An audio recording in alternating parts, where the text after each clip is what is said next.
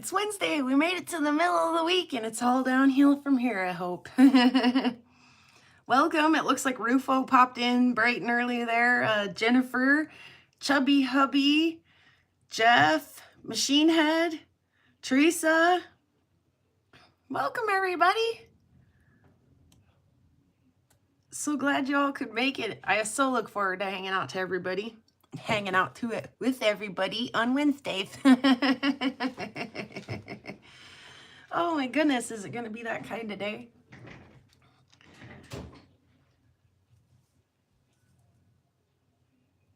And yeah, lurking while you're working is totally acceptable, Teresa. Hello, Betty. Cheers, everybody. I have my inappropriate Aussie Man Reviews cup apparently today. All right.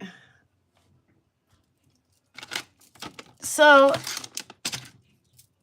that's actually an important little part of things. Let's not lose that. I gotta find a better spot for my tablet here. Imagine this. There's rocks all over my desk. Can you imagine such a thing? Can you hear them moving around? All right, there we go. That's a little better for me. Put everybody a little bit further back there. So, I look like I've been in a cat fight. I promise I've not been in a cat fight. No, I don't have a kitten.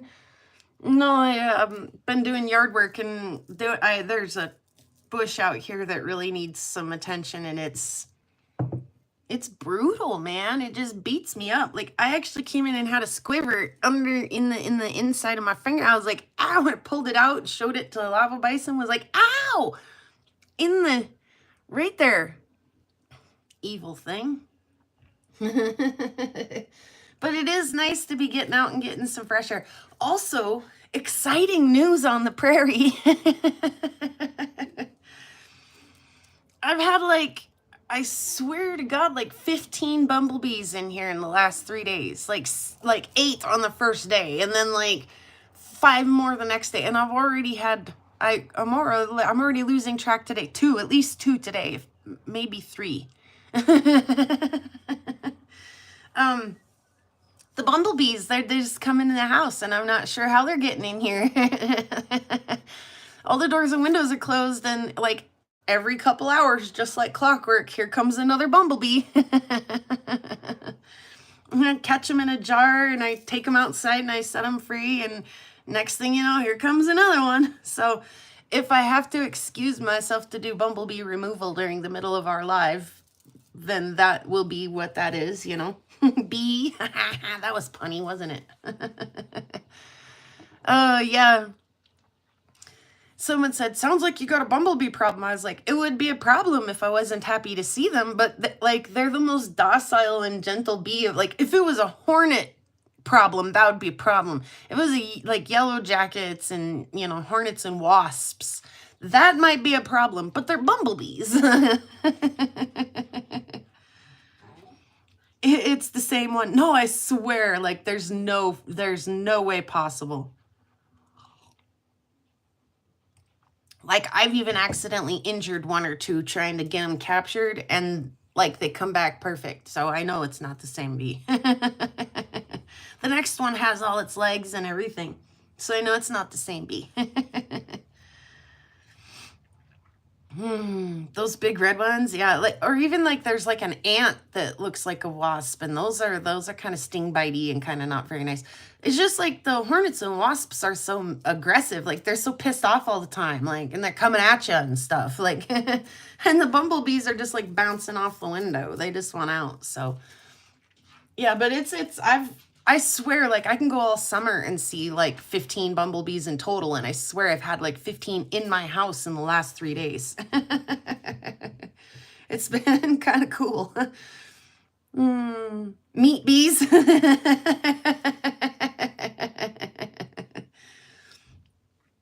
Yeah, I've had the chubby bees in my house.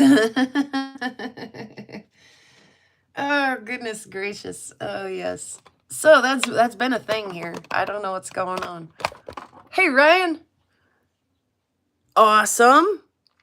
Awesome. Outside cleaning anything right now is kind of a good deal. I mean, outside anything, but definitely cleaning your rocks out of your tumblers. Ta-duh. Mm-hmm. Okay. So I worked on this on Rufo's live the other day. I had no idea if this would work or not. So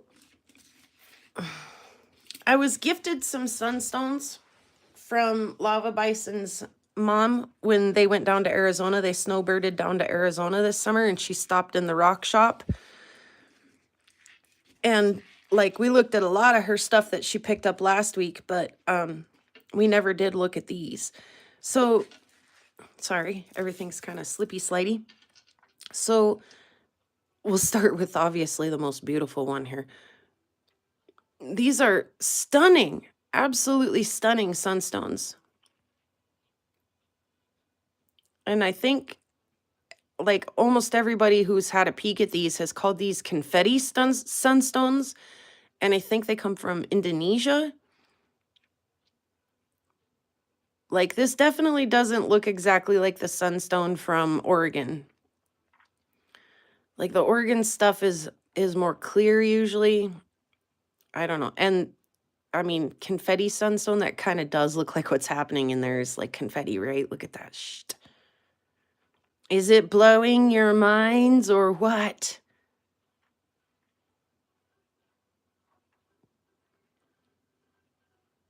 It's beautiful.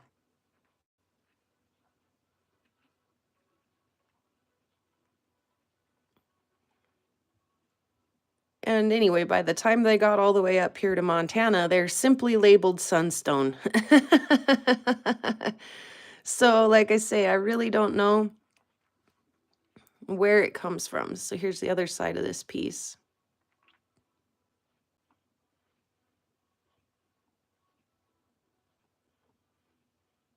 Let's see if we can. It's flashing us for sure. Get flashed every Wednesday here on PrairieGirlRocks. Every Wednesday that I possibly can, because people just don't flash each other enough anymore. Anyway, yeah, there you can see the sparkle really good in there. But they're so thin, like redunculously thin, right? And so if you want to make a piece of jewelry with that, you dang near have to back it. This one's also very nice. Teresa says, I love the yellow jackets. They keep the bugs off my raspberries.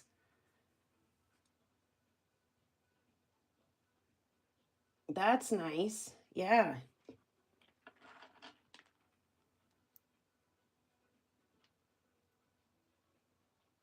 Yeah, that is some really nice material.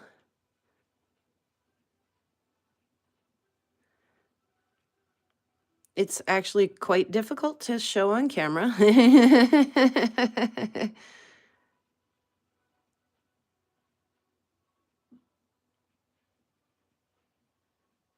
And Lava Bison's here. He is here. Again, though, it's pretty thin. It's pretty small. Like, you could maybe dop that and make just a plain stone out of it. So, in all honesty, I picked some of the less nice pieces out of here. This one's got some great color in it too, like up in here. Oh my goodness. And then this one's kind of chunky, but the color's kind of that direction in there. So you almost want to get rid of this kind of gray felspar piece there. You can see where it kind of wants to cleave there. So that stone needs a little work, but out of God, can't get a hold of the little bugger. Out of all of the little stones that she sent there, I picked a couple that I thought, I bet it's prettier in person. It is. It's absolutely. Hi, Cody. Welcome. So because it's so tiny, and I've never tried backing anything or doing anything of the sorts. I've never been brave enough. But I also got these opals from Bear and from Roger.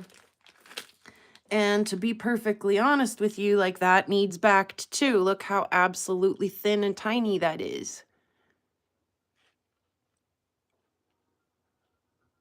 So the hay opal, I brought out the opal and he heard the call.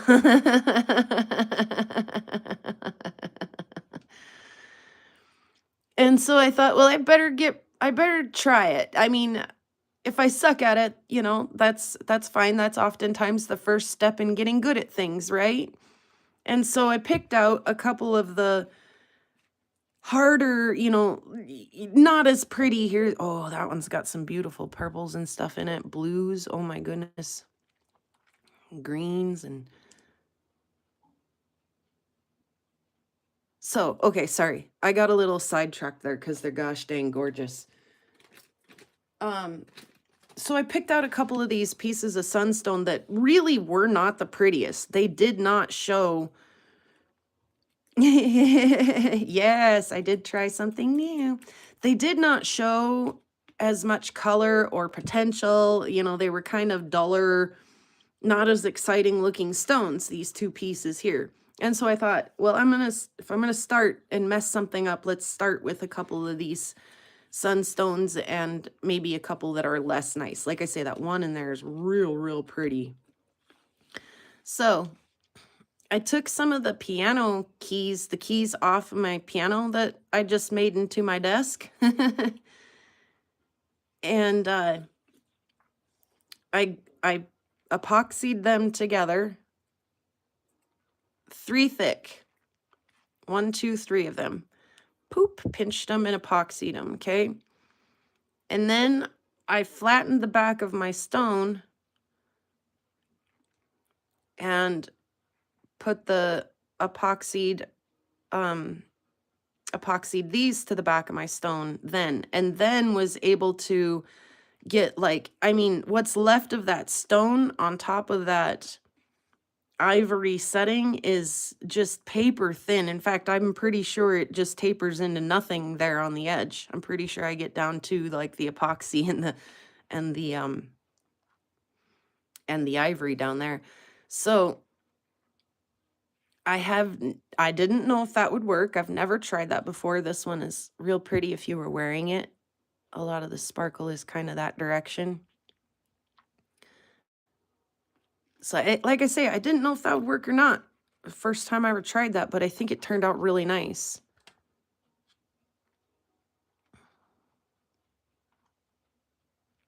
There's a little hair in there. There, it's gone. So you could almost see down in there, you could see where I marred my metal first of all, but please never mind that. You can almost see the little layers back there. Boom, boom, boom. Of the keys, the little ivory caps that were on the keys on the piano. You can definitely see them in there. Little pieces. Hey, Soul. By the way, I'm sporting Soul's Soul's fine bling today.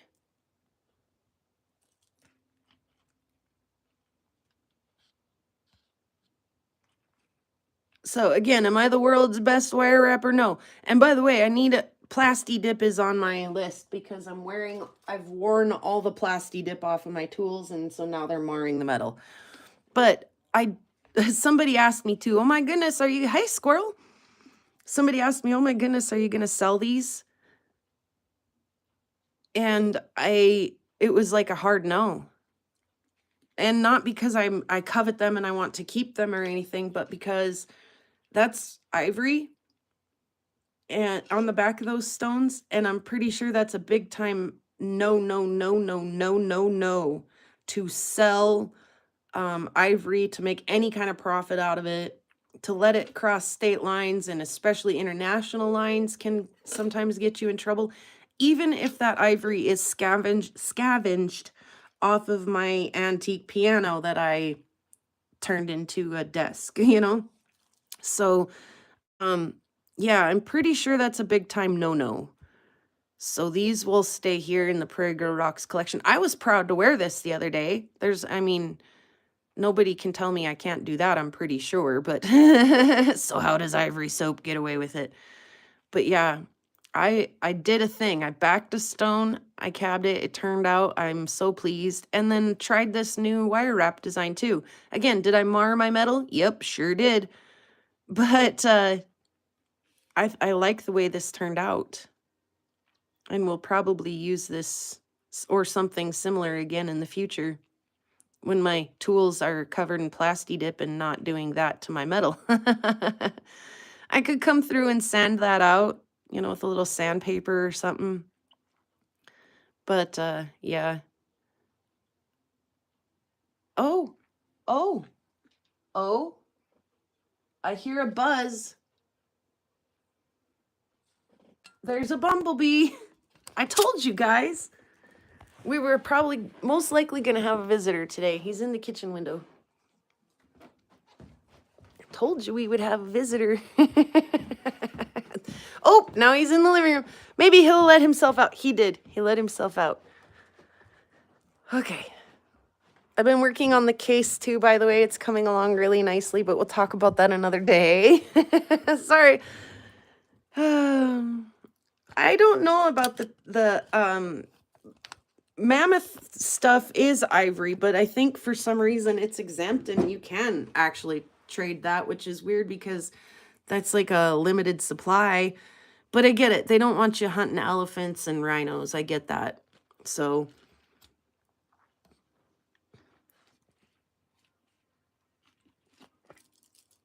yeah, I'm not sure if that, you know, scavenged ivory off of my piano is like grandfathered in and no big deal, but let's not F around and find out.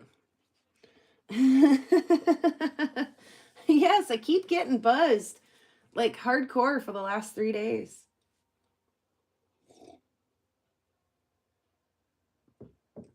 And thanks, Teresa. Okay, so wood porcelain work as well as ivory. I wonder that. I mean, I do have a lot of glass, antique glass and stuff that I could use to back things with as well, which would be really fun.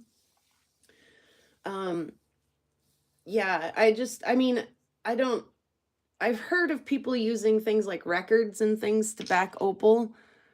And I was like, well, why couldn't I try, like, you know, I guess at this point, it's not just a doublet, it's like a, you know, quadrat or something because I used more than one, more than one layer of material to get a finished product there. But I've seen people use, you know, all kinds, or heard of all kinds of different things to back their stones with. And so I thought I'd try some stuff and get creative.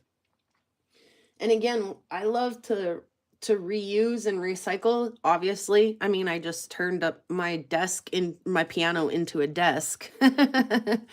So, yeah, I was like, gosh, you know, if I could, how elegant, you know, and it truly is. Oh, by the way, I have a thing too for this.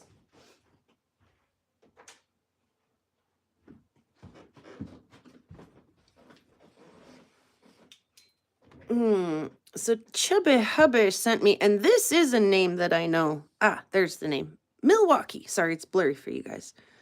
And it does really let the light through too. Oh, we're so not focusing still.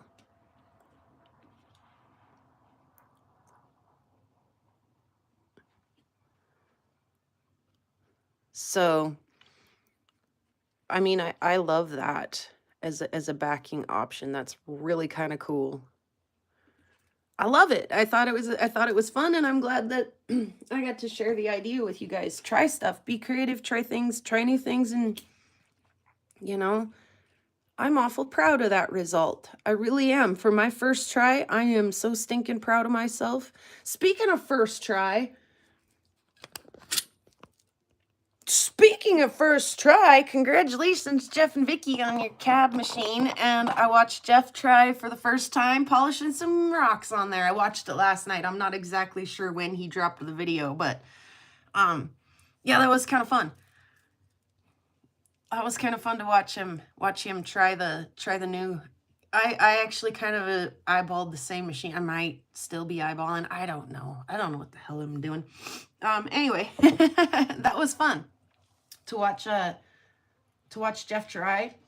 And I can't wait to see what they do. They've got all kinds of really gorgeous materials, so I can't wait to see what they do in the future with their new machine. Let's see. So we thank you, Ryan. I appreciate that. Oh, yeah, Rufo. You know, hey man, I actually got distracted right before my own live looking at my own rocks. So, you know, distractions happen. I have a video making that cab, but haven't had a chance to get it uploaded yet. I was gonna make it a premiere, but not happening.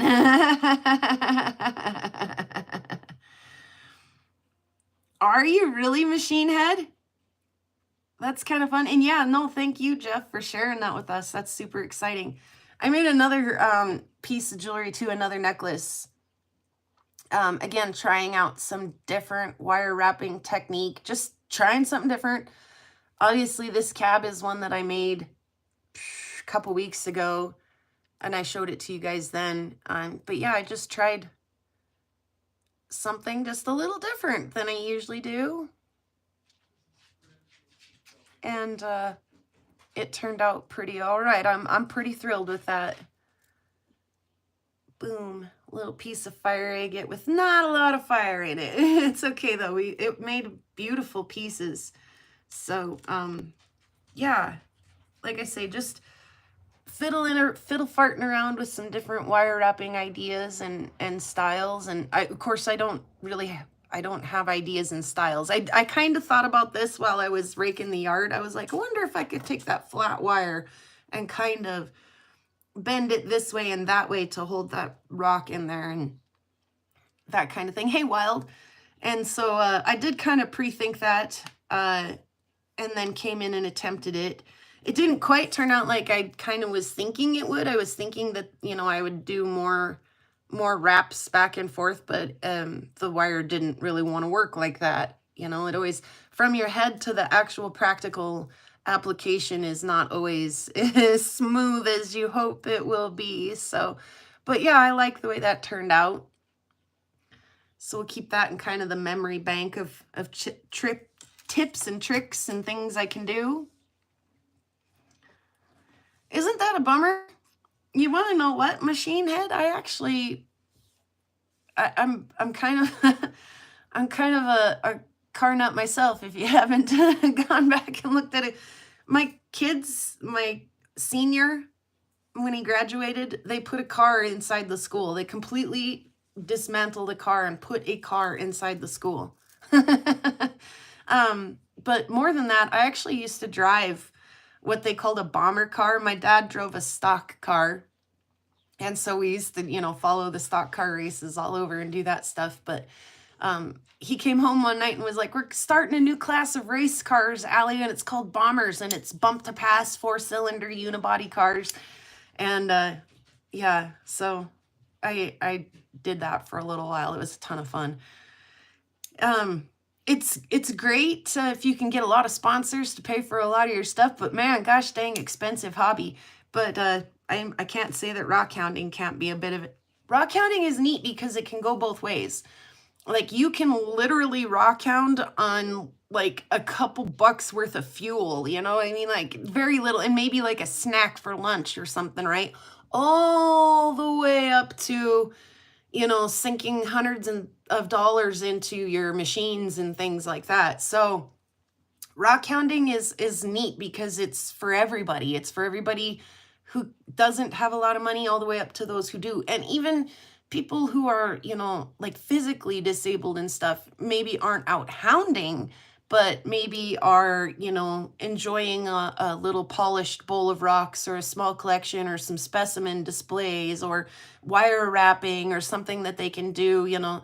It's just, there's so many different rock angles that you can, you know, things like that, that I love rock hounding for that reason. Like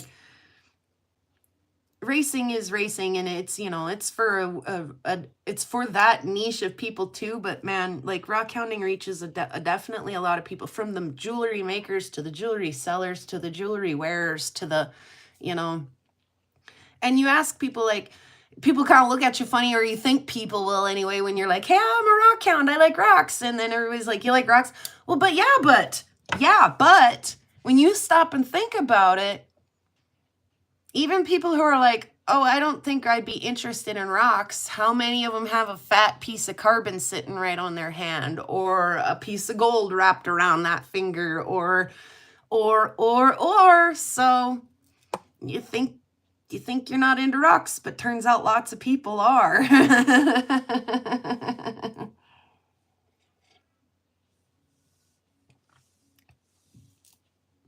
That's pretty cool, Machine Head. You can rock hound in a parking lot. True, Jennifer. True. And yes, confirmed, says Squirrel. A water bottle and some pistachios and I'm good, says Betty.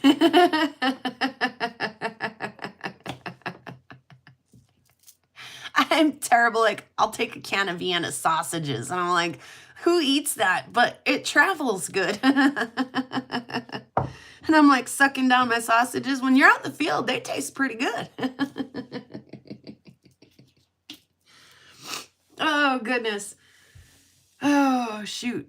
So, I have a members only video, by the way. And thank you. I do want to say thank you to Chubby Hubby for the flashlight.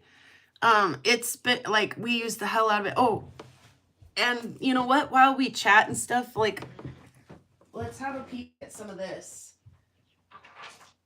So, as much as I've been a big old chicken to try some of these super tiny, delicate things that need backed, and then when I try it, it turned out okay. I mean, no promises that I won't mess one up the next time I try it, but at least I didn't mess it up too bad this time. Welcome, Cynthia. So I have a bunch of actual fire agate that I scooped up at the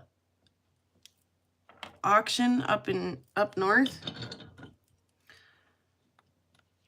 Some of it is so pretty, like this piece in particular. And so, like, I've been geeking out with the flashlight that Chubby Hubby sent.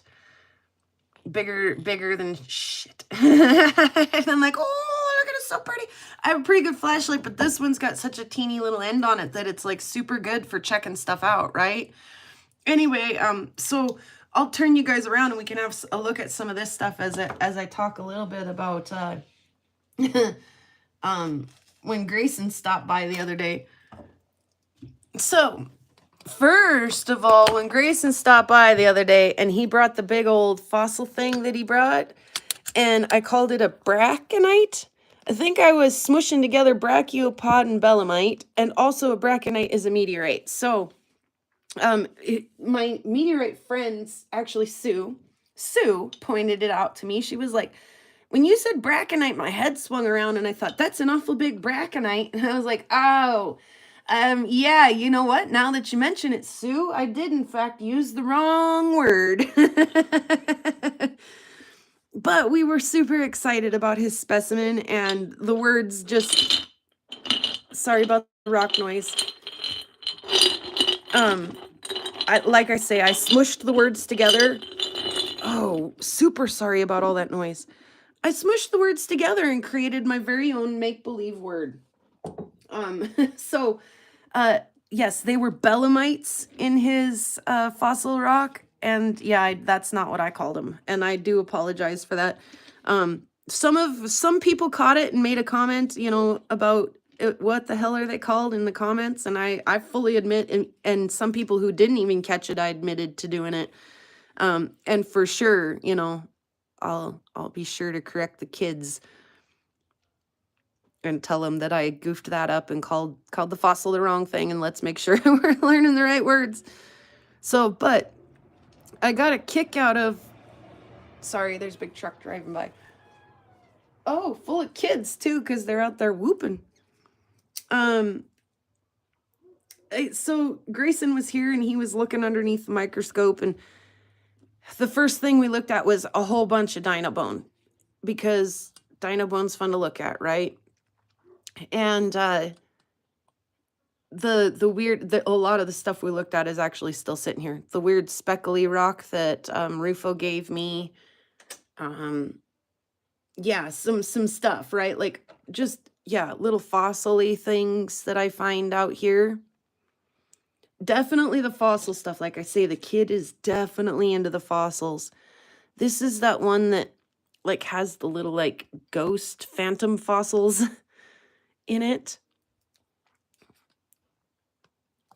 He was spazzing out about that definitely. And then when he says, oh my gosh, I can see the little swirls and stuff, and the swirls are insane, he's talking about that little fossil in this little rock right here. Oh yeah, that one that I found like last week or 2 weeks ago, or whenever the first little tiny taste of spring came out and teased us with nice weather. This one was blowing his mind. And I gave him one of my nicer coral fossils, and one of these. He really liked the way the little fossils were in the red and stuff, but a polished one. So sent him home with a couple of little goodies to look at. But now you guys kind of know what he was looking at that was blowing his mind. A lot of it you guys have seen in videos and stuff, but yeah, when he looked in there, it blew his mind. Like these are blowing my mind, by the way. By the way, Ryan, congratulations, passed the prize for marble. Said they have too many rocks and are gone for 5 weeks anyway, so pass it on. Who, what? I know, right, Tiger Eye? And welcome, by the way. And Patricia, welcome. So yeah, now that he knows those are there, and he said too, like, I walk by those all the time. I'm not going to walk by those anymore. And I'm like, right, now that, you know, let's go ahead and pop a little water on this. The guy that had these before me put a window in a lot of these rocks. And of course, once you look in the windows, you can see a lot of the stuff. So like back to this one, he put a window up here. Look at the color shine through there when you...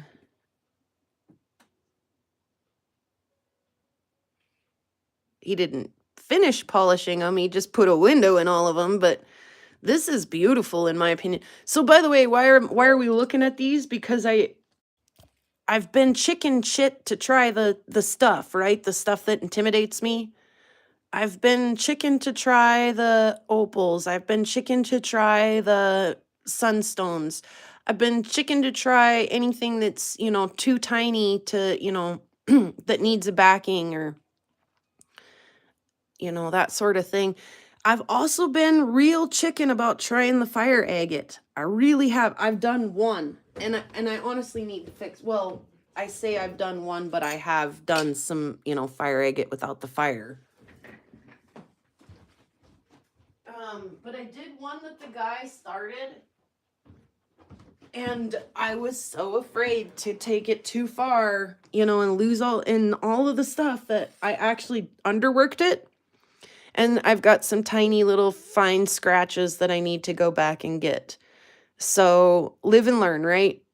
But again, I've never worked it before, and I'm so intimidated. So I took it probably a little soft-handed, a little chicken shitty, you know. I'm like, oh, I don't want to mess it up. It's so pretty. Okay, so I got all of these out the other night and started kind of rifling through them, and I was like, so what's in here? You know, what's in the fire? Because I've been a little bit of a, you know, wimp, you know, chicken. What's in here that I could try? I love that, like, gold. Isn't that gold just stunning? Anyway, he looks like he might have polished a little bit of the tops on that one. Oh, it's so pretty. Look at the green down in there. But, so Lava Bison and I were sitting on the couch kind of looking through them. He opened us up quite a bit of this one, and otherwise it's kind of unspectacular, so let's just go ahead and get right into it. he said, "Have you put these in the shaker yet, in the ultrasonic cleaner?" And I was like, "No, I actually haven't." I was like, "And I should, because we're gonna be able to see a lot better this material and what's going on if I do. Like, let's get them super, that's so beautiful. Oh my goodness. Let's get them super clean so we can see what's crack-a-lacking in there, right?" And like, especially that first one. Like, I had no idea. It did not look like that when I put it in there.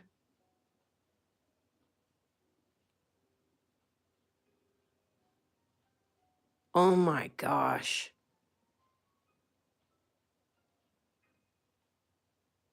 How sick is that piece down there? I don't know if I've ever seen fire with a fort in it. Anybody else ever seen fire with a fort in it?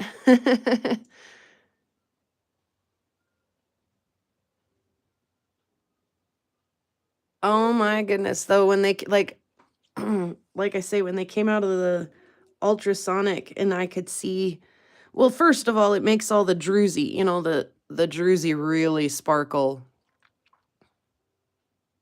The ultrasonic is the absolute bomb for cleaning up the druzy and making it look as sparkly as it possibly can.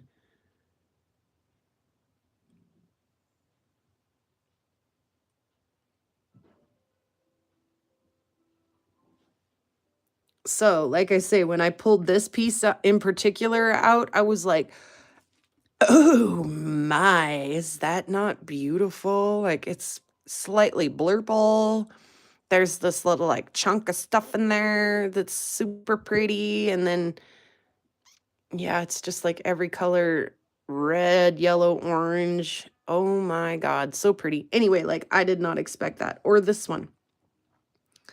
Like that super brassy. It was, when it was dirty, you couldn't see that. Yeah, just piece after piece. It's funny because, like I say, the guy put a window in everything. There's one here that I don't think he saw. I don't think he saw this bit down here. Really don't. Again, he's kind of windowed almost every piece of this for you. Like it or not, I think he probably put a little window right there too. But the bottom of this was definitely very crusty. And when I pulled it out of the shaker, I always call the ultrasonic the shaker. When I pulled it out of the ultrasonic and saw this little flash of color in here, I was like, no, I don't think he saw that. I don't think he knew that was down there. And again, ultrasonic for the win.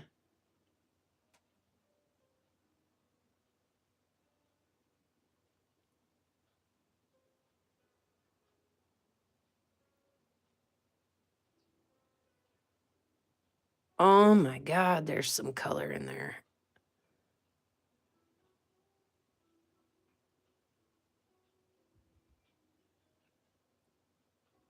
Oh, so pretty. Just get hypnotized. He put a heck of a window in that piece. He buzzed off, he cut it in half. He buzzed it. He did all kinds of stuff. Let's see, is there color in there?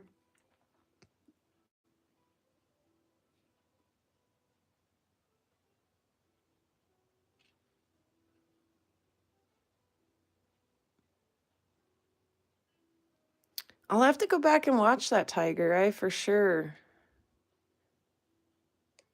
Oh my goodness.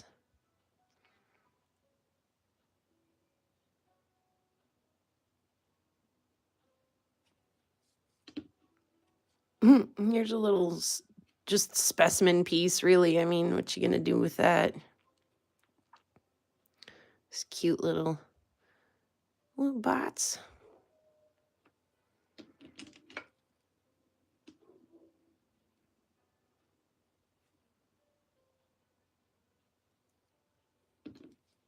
Another piece. He's got quite a window into this piece, and Oh my gosh, after it went through the shaker, I mean, it came out an entirely different beast. Oh my.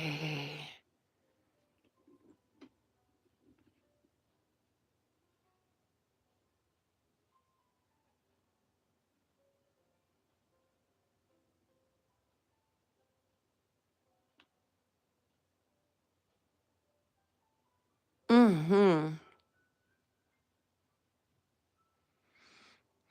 Yeah, some of them are so darn pretty. Just you're like, I can't do anything with that. It's like so pretty. There's some color.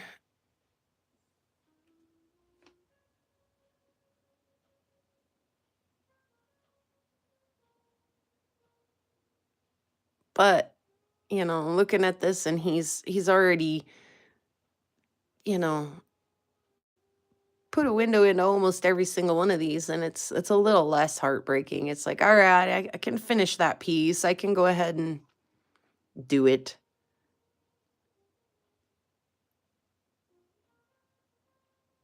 All right, chubby hubby.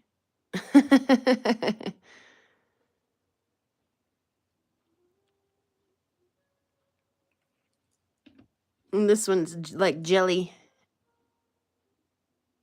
Not a lot of fire, but it's like a little piece of jelly.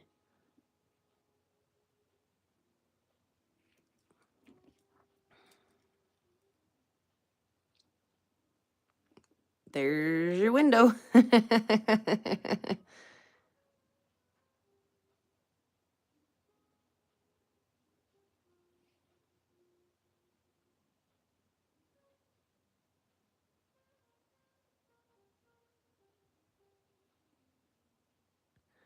Yeah.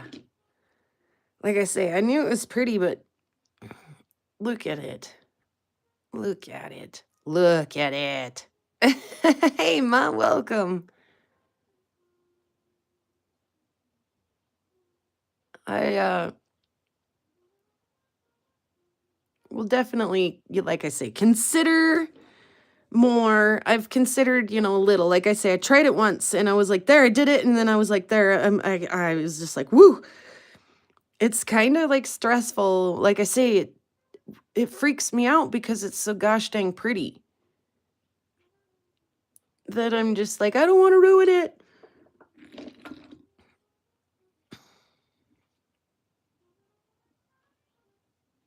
Like I'm not a real specimen collector, but I might have kept that as a specimen. But since he did that to it,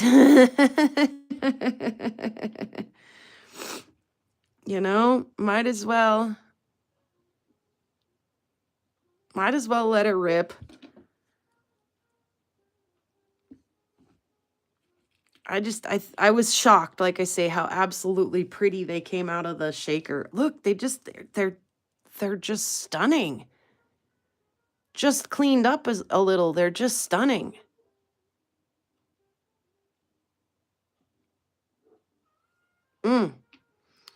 So, you know, mission sometime would be to get brave enough to do this some more. I have the material. I need to quit it. It's sitting in a jar. I could do something with it, you know. I could get brave and do something with it. And as long as I don't back it in ivory, then I could move it along down the line.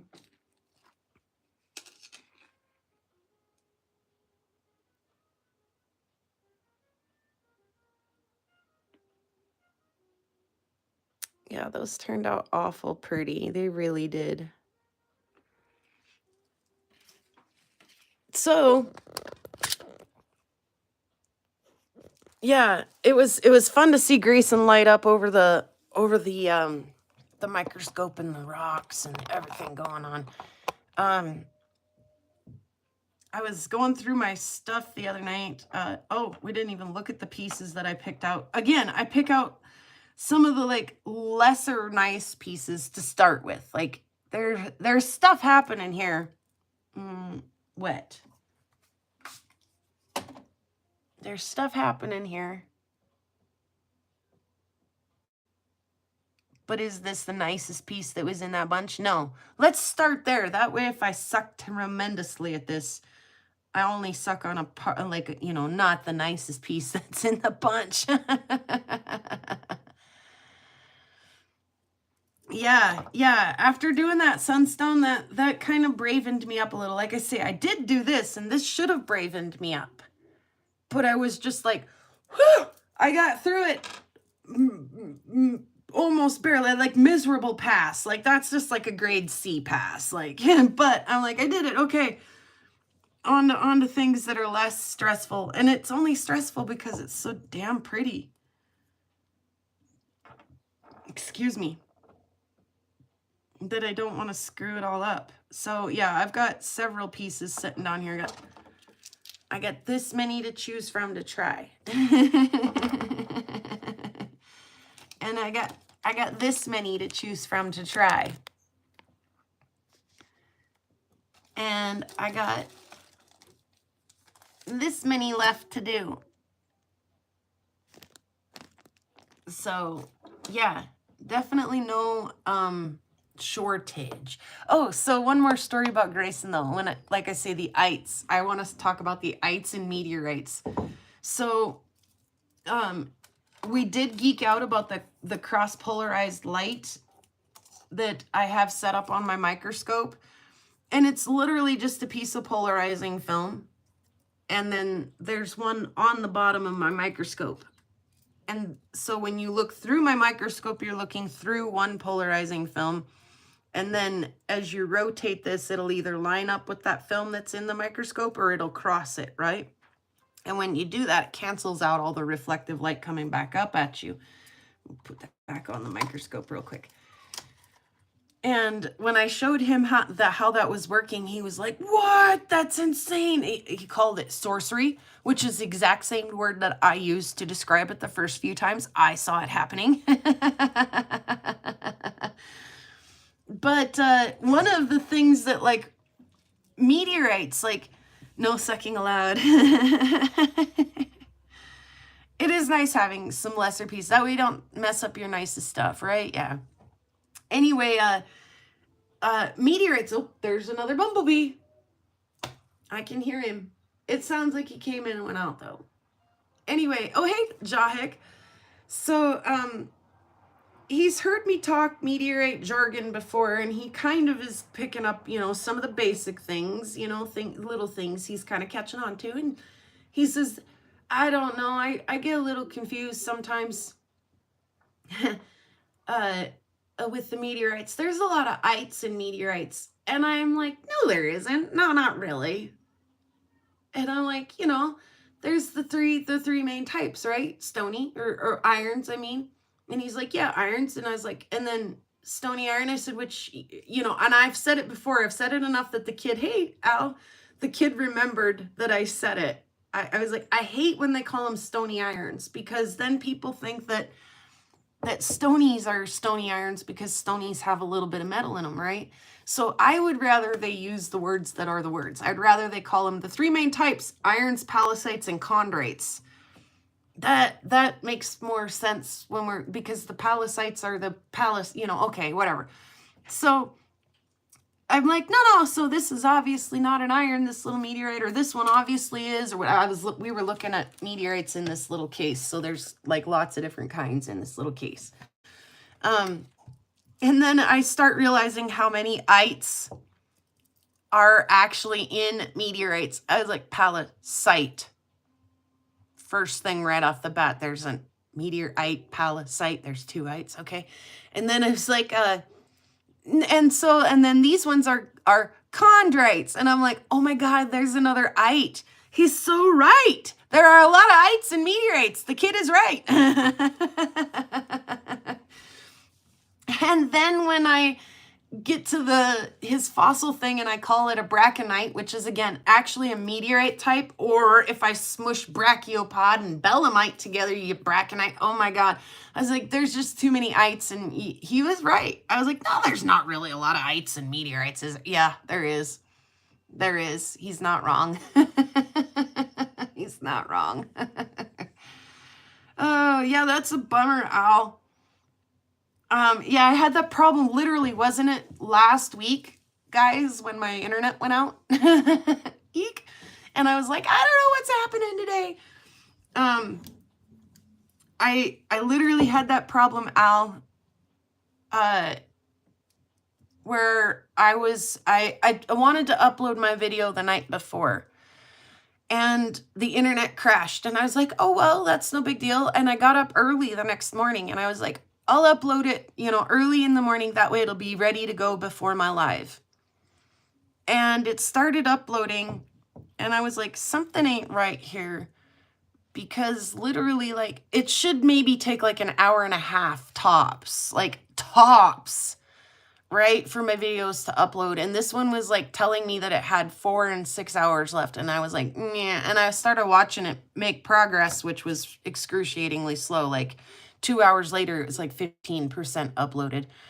And I was like, what the hell is going on? And it took me that long, like 2 hours of struggling with this upload, to run an internet speed test. And when I ran my speed test, it said I had 5 and 5 upload and 5, or 5 and 3, or 5 and 2 or something, which is what my local internet company calls high-speed internet. And I was like, oh, excuse my country attitude here, but I was like, oh, hell no, because I pay them for more. Because most people, that's great. For most regular households, that's great. That's high-speed enough internet that their Netflix works, their YouTube runs seamlessly when you're watching. You can upload a picture or a 30-second clip to YouTube with that kind of internet speed, and you think that that is great internet speed. That's, woohoo, download speeds are rocking. But when it comes to upload speeds, which people usually need a lot less of, they're usually throttled back just a little more than the download speeds, right? And so, like I say, I went to my local telephone cooperative, thanks, Bison, and I told him, I said, look, I'm trying to do this YouTube thing, a little bit of a side business, and I'd like for you to be a part of that. I'd like to support my local business with my local business, and I'd like my local business to support my local business. Let's keep it local. Can we? And I was like, but at the rate that I'm going, like, I'm going to have to switch to I'm going to have to get some, like, Starlink or something, because this is not doable. I am not keeping up with, this is not modern progressive speeds. This is terrible. Anyway, it was super simple. They bumped me up to the next package of internet speed, which is just a little, like, in fact, they really didn't even give me any more download. They just gave me more upload, which was just, oh my God, so worth it. So worth it, because stuff goes now. I might wait an hour for a really long video to upload, buffer, and then process through YouTube and have them check it and everything.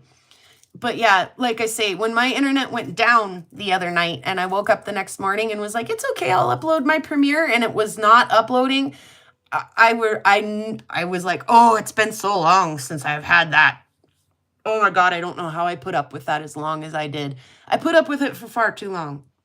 And then, like I say, I just went and talked to them. I was like, hey, what can I do? Because I'd love to keep you guys as my provider, support my small town. What can we do? Because we've got to do something. That's not high-speed internet, in my opinion. So, but yeah, they just literally, I don't know what they do. Do they turn a dial behind the curtain? Do they turn a dial? Do they push a button? I don't know. But literally they offer like little, packages, this speed, this speed, this speed. And it might cost you a little bit more money, but when you're not losing your goddamn mind, it's so worth it. Sorry about the language. And I'm going to ring the bell. Oh, thank you so much for making me ring the bell today, Bison. Yeah, it was, and Chubby Hubby. It was an extra long ring for the both. I'm going to just, I cannot. It's so fun. Thank you guys so much. Yeah, so like I say, you know, when people normally what high speed internet is fine for people. What normal people are doing with the internet, you don't even experience that like lag. But if you're trying to upload, I chewed him out too. I was like, "Stop throttling my internet," and then I was like, "Be nice, Allison." Oh my God. No, I was very nice. But yeah, deep down inside, I was like that same thing, Willow. So, yeah, talk to him if you know, just talk to him. That was a simple solution. And ever since then, my mental health was greatly improved when my videos finally went through at a reasonable, moderate pace. Like I said, it cost me a little bit more money, but it was, I mean, it had to be done. I couldn't keep doing that. So I have a bumblebee, definitely. I don't know why. I have so many bumblebees right now. He's up by the ceiling fan. Do you guys see him bombling around up there?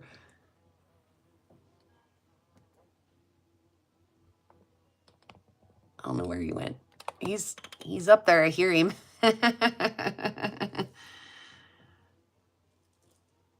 Everyone gets offended when I speak.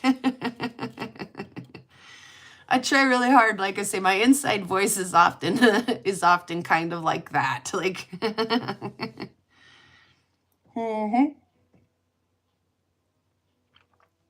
sometimes my outside voice passes through a filter first, and I'm quite polite about it. It might be very direct, but I'm not offensive, and I'm not stating anything that isn't untrue or that's, you know, like, you know, just my crappy opinion. Where is he? Dude, come on, go outside. He's in the window. Let me see if I can help him out. Hang on just a second.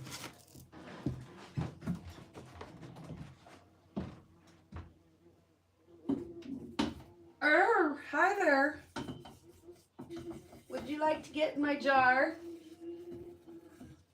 Thank you. Oh, I don't want to squish you to death. Just get in the damn jar. Get in the jar. Get in the jar. Get in the jar. There you go.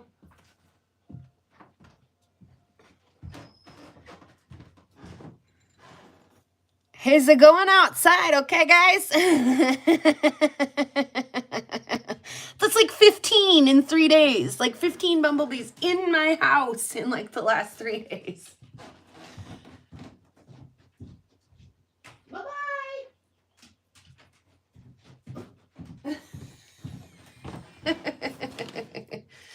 You got a bee problem. No, it's not a problem. Like I'm pleased that they're here.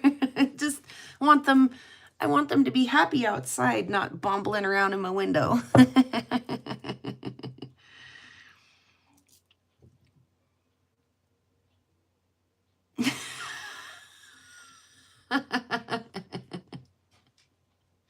Flee, bee, or it's in the jar for thee. Cheers to that. I love it. Like I say, the door is open right now because it's freezing in here this morning. I was like, freezing. So I wanted to I think the wind is, as much as I hate the wind, I think it's warmer than it is in here. And so I did open the door to get some warm air in here. So there is a good chance he came straight through the front door. But like 2 mornings in a row and everything's all buttoned up tight. We've been woke up in the morning by bumblebee bumbling around. Like, there's another one. Everything's buttoned up tight. How to get in here? I do not understand. That's okay, though. It's a good year for bumblebees, I guess. That or, like, they've made a home inside a windowsill or something that, like, they accidentally are getting inside. I don't know, but yeah, not a problem. They're not aggressive. They're not angry. All right. We needed to fill the cup up. Yeah, it's It's in a hidden bumble hole, exactly. Oh no, Willow. Yeah, yeah. Oh no. Oh, so uh, I've been kind of putting together Grace in a little package, and yeah, it's funny because I ordered for him before the night before he came over here with his fossil to show me. The real, and I'll throw myself under the bus. That's okay. I'll throw myself under the bus. Here we go. So I always have I have a little list here of things that I need to get. You know, I need printer ink. I need some jewelry clasps. Remember I made a silver necklace the other day and it has a gold clasp on it? I can't do that. Some plasti dip for my things, right? And an adapter for my dead cats. When I got my dead cats, my microphones, my clip-on microphones, I got them for my old phone, which was a, you know, the Galaxy or whatever the hell it was, Android. And this is an Apple, so I need an adapter for my cats. And I thought I had one, but I just cannot find it to save my life. You know, that part goes into your phone. That's not the right size anymore for my phone. So I need to get a little adapter. And then my dead cats will be great. But, yeah, little microphones. So I do have a little list here. Well, saw blades was definitely on the list, right? And I had them in my cart. Well, because that's a little trickier. You don't just I need silver clasps. That's kind of easy. You know, I can get in there and type silver clasps. Printer ink. Okay, yeah, that takes a second. I got to get the right kind. Probably in my history or my cart because I've ordered it before. But the saw blades, the last time I got my saw blades, my brother ordered them. And I was like, I wonder what they are. I'm pretty sure I know, but I probably should check. And so I got on the saw blade and read the numbers and stuff and then put them in my cart. Well, Lava Bison's right. Stuff can sit in my shopping cart on Amazon for a long time before I finally hit send. I'm terrible. I am the exact opposite of that stereotype of oh, women who just like to spend money. I don't spend money. I just don't. It just do not. And my Amazon cart can sit there with the things in it that I need forever before I finally hit the okay button, right? And so I'm I think I said 2 or 3 times to Bison, I was like, yeah, the blades are in my shopping cart. Yeah, the blades are in my shopping cart. And he'd look at me every time yeah,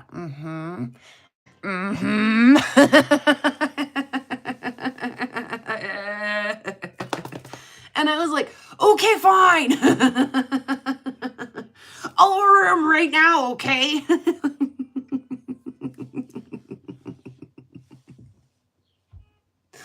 And so I was literally, we were just chilling out. The weather was beautiful, so we were chilling out on the back porch, and I'm getting on there, and he was talking about ordering his mom a black light. She would really probably appreciate a black light, as she's kind of getting into hounding and stuff. And I was like, I need to order one for Grayson too. And I was like, you know, if I'm gonna full send the send thing, I should put the thing in my cart.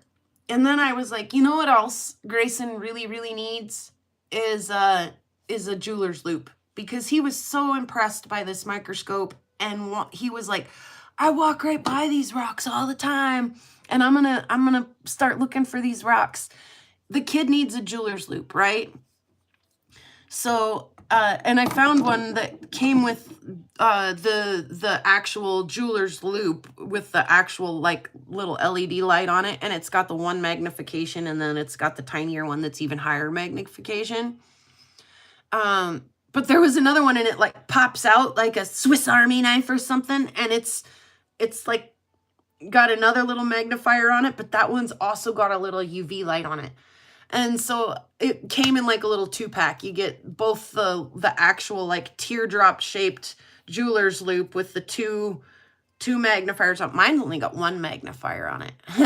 And then this like little pop out thing with another magnifier and it's got the regular LED and the blacklight LED. And I was like, that's cool. That's cool. So like I say, I ordered for Grayson a UV light and a jeweler's loop, so he can take that jeweler's loop in his pocket and everywhere he goes and be like maybe now he'll quit bringing home boulders. Hey there, Les. I'm so glad you got to hang out too. Like I say, I really do look forward to hanging out with you guys. It's like really the highlight of I mean, there's other highlights of my week that I really look forward to and surprises here and there throughout the week as well, but I definitely look forward to this little bit where I get to kind of recap on what I've been doing throughout the week. You know, oh, I tried a new wire wrapping style. It turned out okay. Oh, I tried some, you know, I tried backing things, and I actually wore this the other day. So, and it turned out okay. In fact, it turned out absolutely darling. Yeah, so I didn't get a lot of saw work done, big saw work. I did a little, you know, little stuff, some little stuff like that. Talking about putting my tumbler out in the garage now that things are warming up. And so I've been like, yeah, do I want it on the deck? Do I want it on in the garage? Where would I like to? So again, moving things around and getting ready for the warmer weather. And speaking of warmer weather, it's gorgeous outside today. Excuse me. Oh, just the coffee. It's so good, but I can't stop. So the saw blades are coming. I did send it. Full set, peer pressure all the way from Lava Bison, who gave me the side eye as he knew better than to believe the lies I was telling me. So, yeah, like I say, I gave him a couple of my like high shelf rocks, like some of my very most favorite rocks, whether they've been gifted to me or I've collected them, will sit in this windowsill or up on that light or on that little hangy shelf, or like Ma's necklace she made me is hanging up there. And yeah, so I don't ever think about giving away rocks like that. So he's pretty lucky he got one.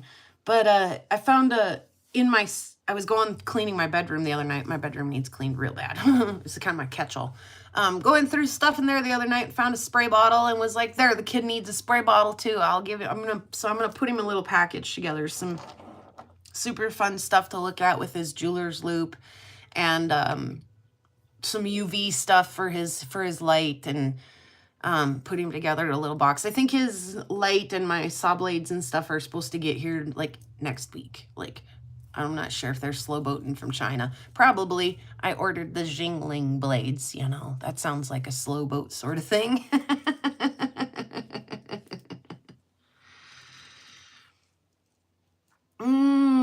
So, yeah, definitely look a little deeper into some of that stuff, because it's freaking amazing. It's fascinating, like so amazing and fascinating. Some of it I can capture on my phone just by zooming in. Your phone, like nowadays, is kind of an amazing thing, right? Like you can get pretty in there just with your phone alone. But yeah, taking a little mosey around with the microscope, especially when I can put you guys in here and we can look at things, but you only get the one. You're not getting the stereo view down into the microscope. You're getting one optical view down, which is cool. It's nice. It's impressive and stuff. But man, like when you got both eyes in there, it's just like, it blows your mind. It's way fun. Obviously, we watched Grayson lose his mind, and it was totally fun. Yeah, so the camera's terrible. I'm sorry, Willow. I'm sorry. Well, in the meantime, I'll try to share what I can see with mine.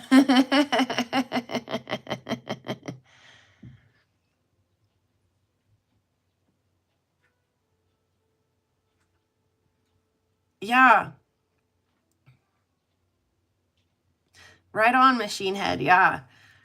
It seems kind of like diving into the deep end to try to learn about rocks because like Grayson said, oh my gosh, there's a lot of ites and I get the ites a little messed up. Well, so do I still, but you know what? Sometimes you don't always remember the word for the rock. Like one that I forget all the dang time is the the purple quartz.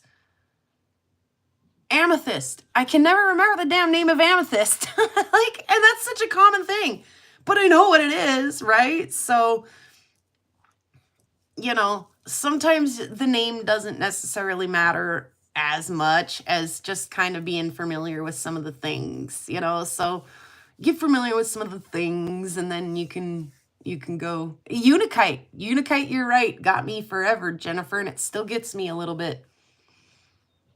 So, and obviously so did the oh, a big wind came through, slammed the back door and blew a cardboard box around. Oh, gross, and some dust. The the Belamites too. I forgot the word for Belamite too. Yeah, so I mean, yeah, if you miscall a rock once or twice, we'll gently correct you and we'll move on.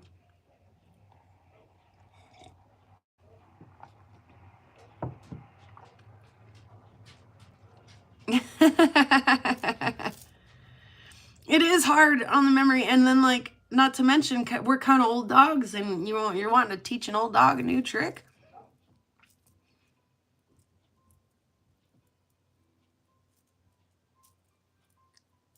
Yeah, that would be cool.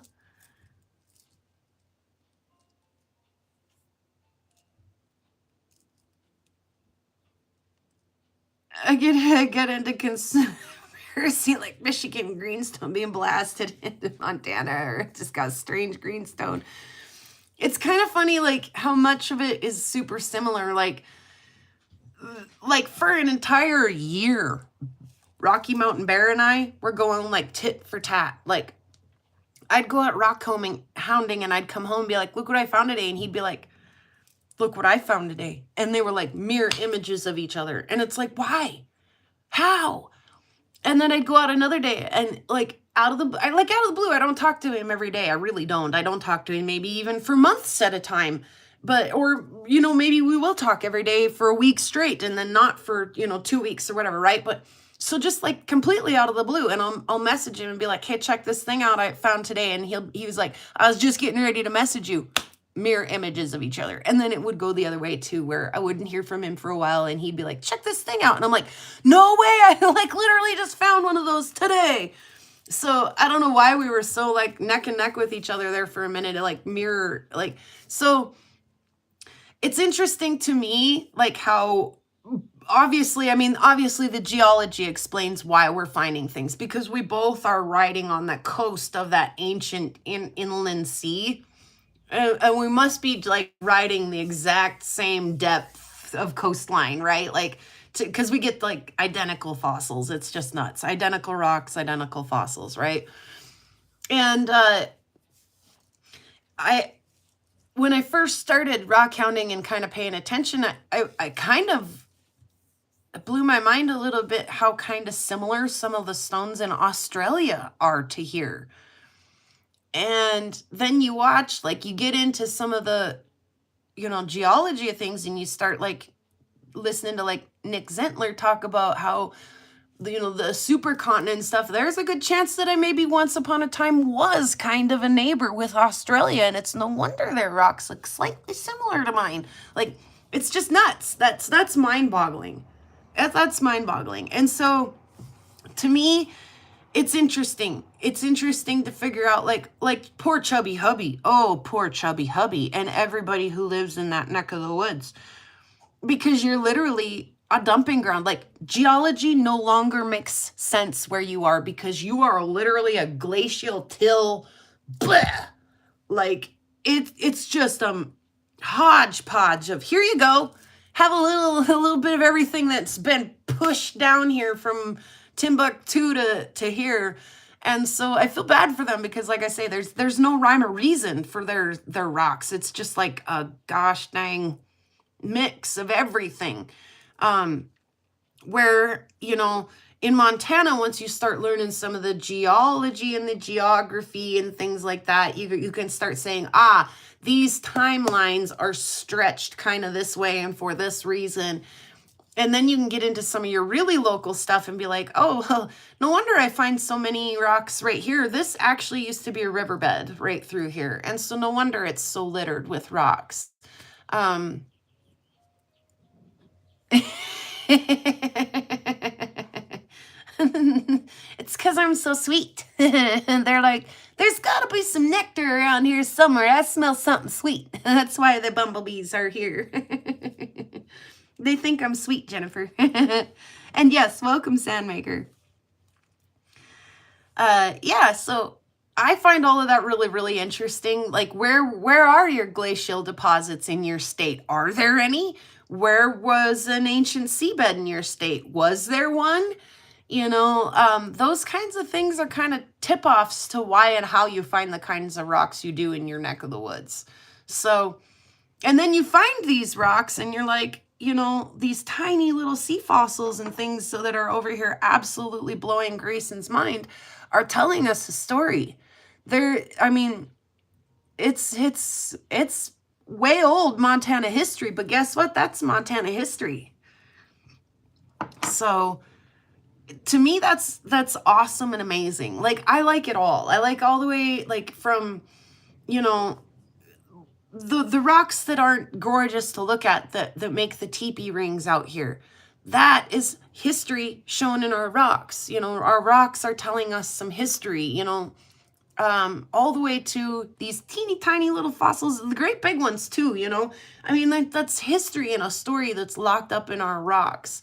And I think that that's just way too cool. Like, it's too cool. Like, you can appreciate rocks and not give a shit about the history of rocks or what's going on, right? Like, but it kind of ticks both, like, you know, I like that. And I like that in my meteorites too. Like, if there's a cool story that goes along with that meteorite fall or that meteorite that is sort of cool, like, that makes it all the more valuable to me to collect, you know? So, and I suppose, you know, in the rock counting community too, you know, oh, that mine is closed, you can't get any more of this. So then, you know, that drives the desire for it up or whatever.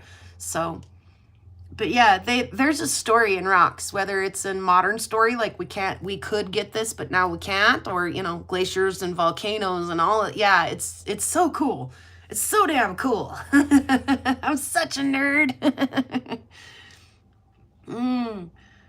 We're all nerds here. We are nerds.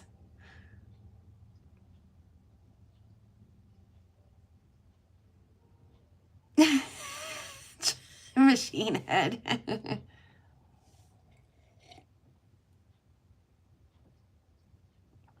Right, Ryan? That's cool. Yeah, definitely. It's a rock hounder's paradise. So, speaking of Jennifer, and anybody else, I doubt anybody else saw it. KRTV did they ran a really cute ad up here, or news thing up here the other day that sent me into a complete and total, oh my God. Like, is my eye twitching? Yes, it is. Did you see it, Jennifer? Did you see it? Do you know what I'm talking about?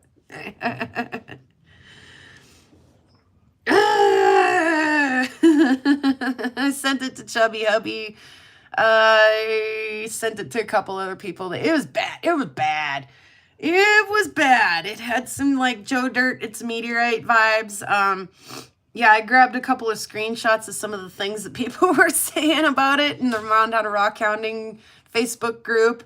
They were really dogging on. I actually almost wanted to tell everybody to be nice a little bit. Some people were being pretty mean about it. I was like, that ain't necessary. We don't need to be that mean about it. But yeah, okay, so let me kind of try to, there was a disturbance in the force. Exactly, Chubby Hubby. So let me try to explain this really quick. It was a very short news ad. Are they the big bumblebees? They are, Rick. They're the big bombly bombles. I had one in a jar earlier. It just, I don't know, maybe 20 minutes ago or something, 10 minutes ago, and showed him to the camera. They're sweet. It's not a problem. I like them. I think they'd be happier out in the bush than they are bombling in my window. So I help them outside when they show up inside. But there's been a lot of them. Okay. So anyway, they run this article, and this guy's got a rock. Please pretend that this looks like a meteorite, and please also pretend that it's enormous. And he's like, it's been 8 years, and I've been looking for the answers to this. You know, what is this rock? It's so mysterious. And click, a magnet sticks to it, and it's cut. He's got a cut surface in it. Okay. And the news guy says, okay, well, we've done the best we can. We brought in a geologist to look at the guy's rock.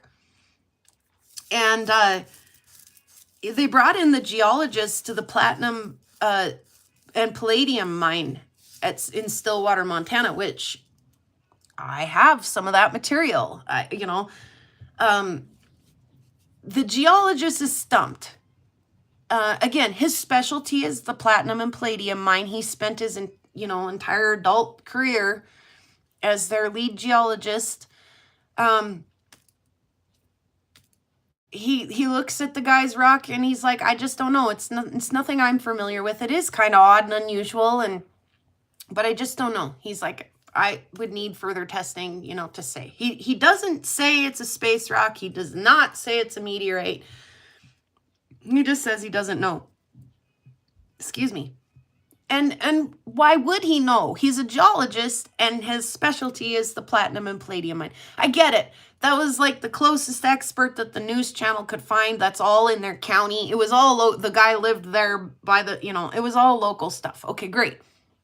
But like I say, I can take one look at his rock, and I know immediately. I know for like a plethora of reasons why this is not a meteorite. Okay, like a plethora. I could go on and on and on.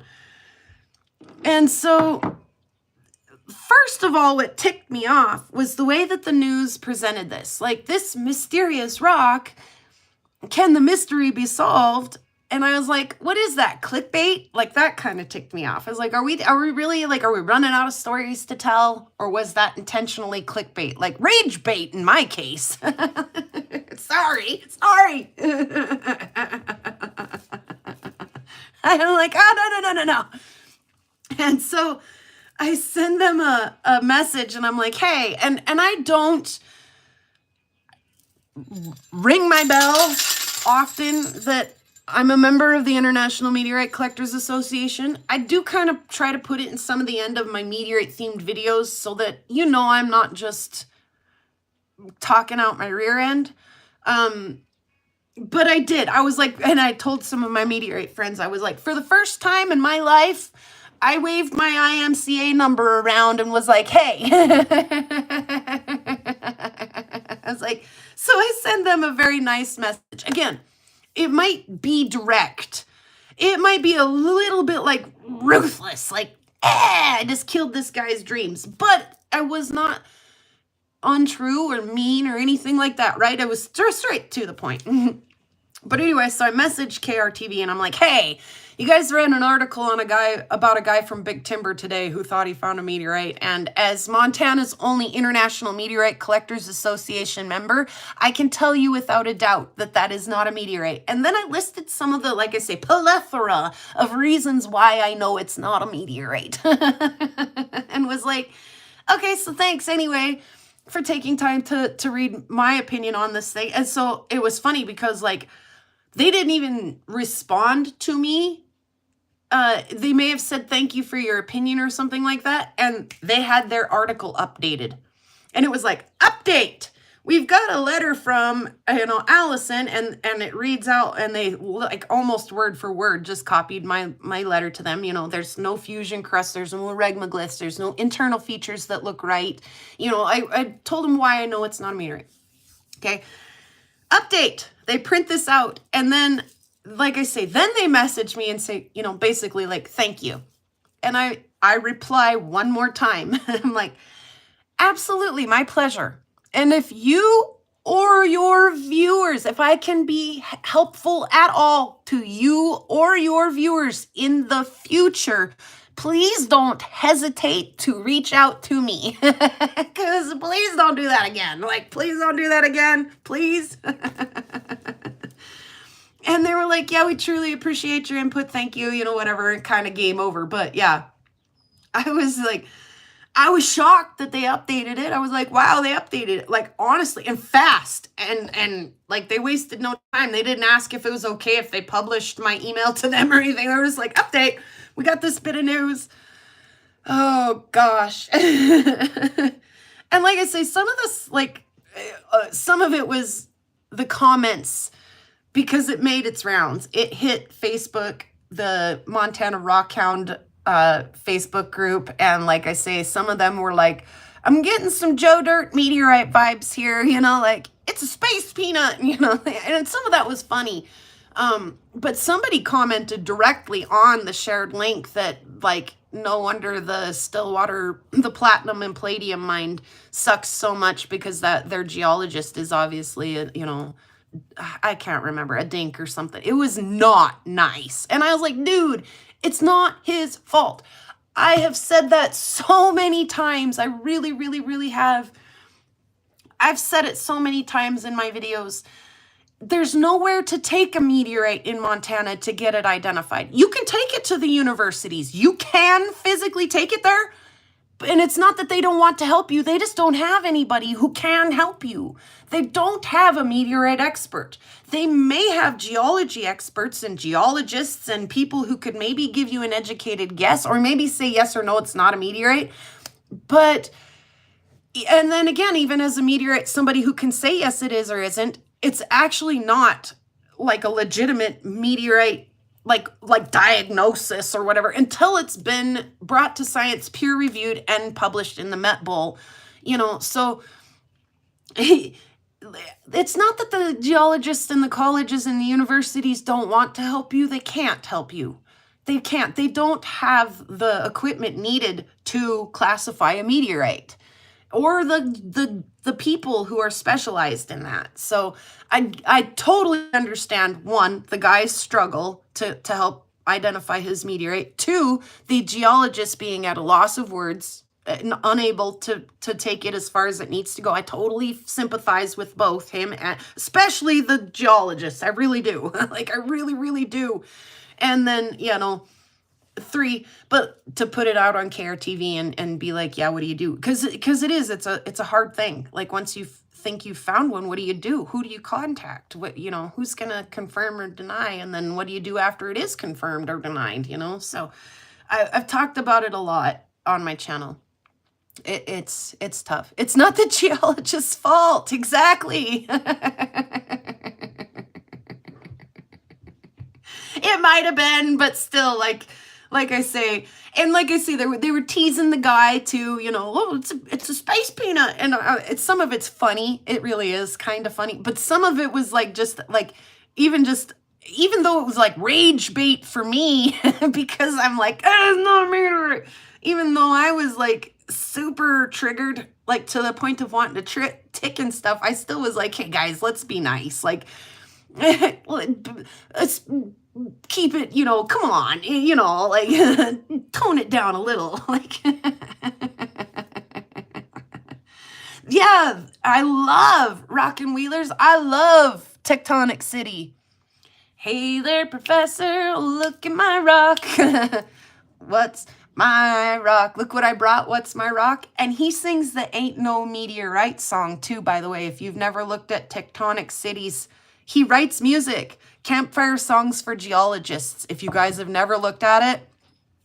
Is there a wrench in here who would maybe be interested in going to Tectonic City? Or just search Campfire Songs for Geologists.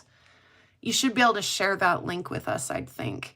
Anyway, yeah, not all of them are the best songs ever, but a couple of them are pretty darn good.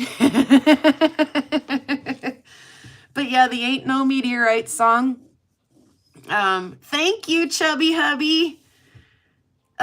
You know, how's it go?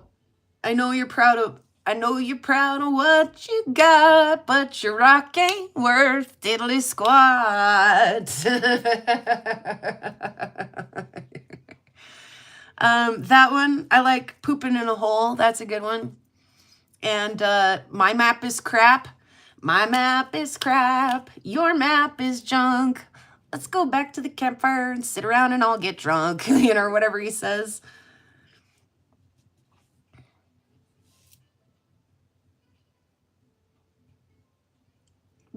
Really? That's interesting.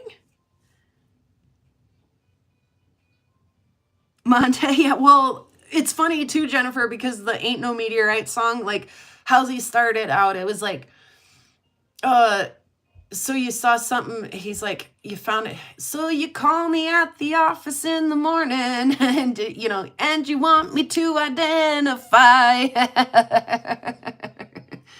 And he's like, well, I hate to take away your crystal glory, but it ain't no meteorite. I mean, it's you can tell that guy has been through some stuff, like the same stuff that we all go through. Like, hey there, Phil. Glad that, well, hopefully we're entertaining you while you're working. So, yeah, I love that guy. He does great stuff. He really does. And it's, sometimes it sucks a lot to be on that receiving end. In fact, again, Sue, I was talking with Sue the other day. The meteorite community, you're in the meteorite community long enough, you start to know the names and recognize some of the names. You know, some of those bigger names are like Steve Arnold and Jeff Notkin. They were the meteorite men. Those are some of the first, most identifiable names in the meteorite community because they made such, you know, most common people in like rock counting community, or even people who are just watching, like, you know, the Opal Rush or the Gold Rush or something, maybe got a taste of the meteorite men, right? So you start to get familiar with some of these names like Jeff Notkin, Steve Arnold, Aerolite Elizabeth, you know, Mark Lyon, Topher Spin Meteorites. You know, some of these names start to ring a bell as you've been in the community for a little while. And after you've been in the community for a while and you've done your time and you've graduated from novice to slightly amateur, like maybe pushing pro, then you start to get a list of not only names that are, you know, in the meteorite community for a good reason and make sense, but then you start this like secondary side list of like the troublemakers, the people who will not take science, logic, reason, or no for an answer. Like, the people who make the list for being slightly troublesome, right? And it's like, there actually are a few characters on said B list that are kind of well known for the wrong reason.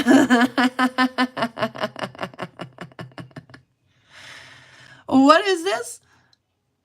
The first guess where you'll go with all the liar didn't know what he was talking about because they were.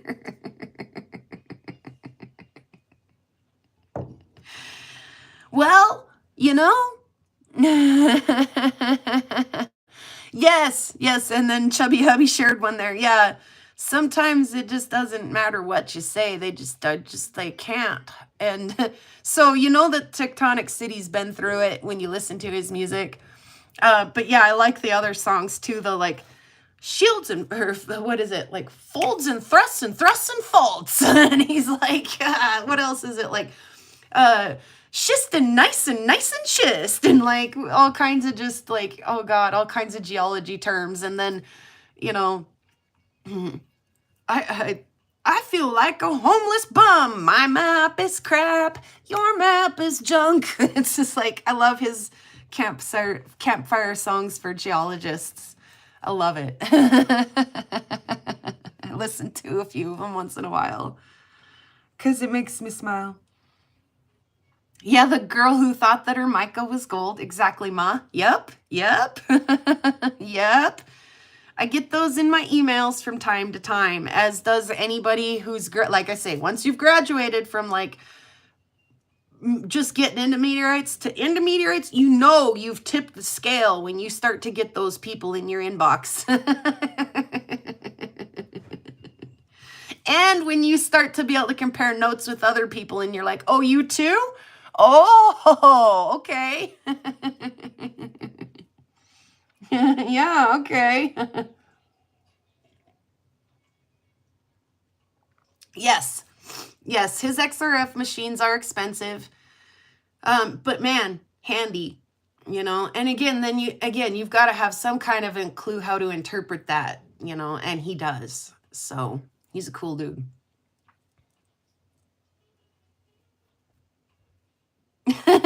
Rick, again, let's be nice. Wink, wink. Yeah, exactly. Totally legit, right?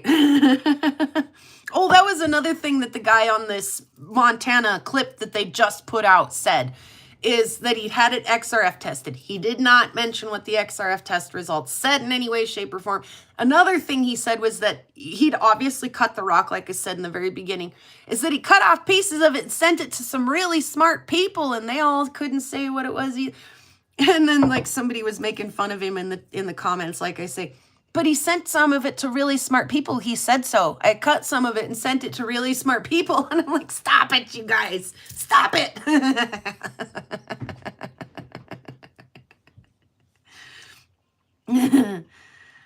Yeah, so, yeah, there's gotta be one. And thankfully, you guys are odd. You guys are odd and unusual. Let's not deny it. I'm looking at you. You're an odd duck. I know you are. We're odd and unusual. We really are. And I welcome all kinds of personalities here, Really, really, as long as you're not being mean. There's friendly teasing, right, Ma? Right, Chubby Hubby? Right, Rick? There's friendly teasing and stuff. But as long as you guys aren't, being radicalists about things that, aren't really related to rocks or aren't being extremely rude, then there's a place for you here. You're welcome here, You've got a home here. You've got a cozy, comfy place to curl up and have your coffee amongst other weirdos, But, yeah. Then there's the other kind of weird, right? Where you're just like, okay.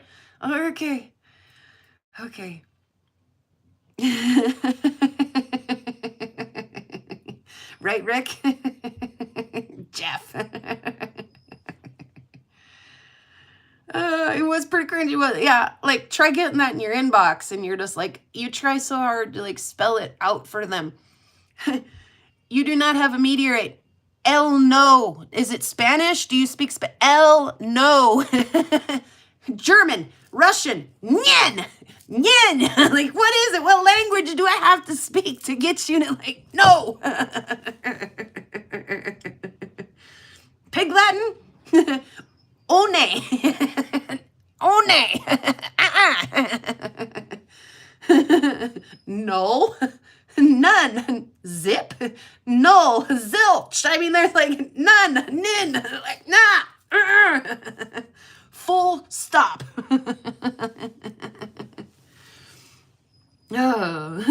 Halt. Oh. Do you play Monopoly? Do not pass go. Do not collect $200. I don't know how else to say it. Yep. I don't know what was in my coffee today, guys, but it was, I put an extra scoop, I think. Yeah. But yeah, it had me all fired up. And then I was like, oh my God, they published an update. Like, it's a good thing I kept it real, because they didn't ask if I wanted that published or not. They just did it. And like, oh, I loved it. Yeah. And then Grayson, like I say, that was, oh my God, just way too much fun. Like I say, I'm putting together a little package for him. Oh.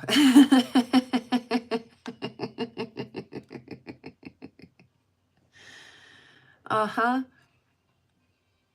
Yeah. Uh-huh. Yeah. Too bad, Jennifer. It had to be that moment. Maybe they'll call me next time.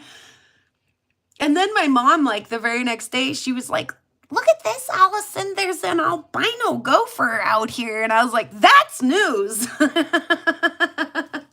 Why aren't they highlighting my mom's albino gopher? I mean, her white gopher's twice as interesting as dude's black rock. Like,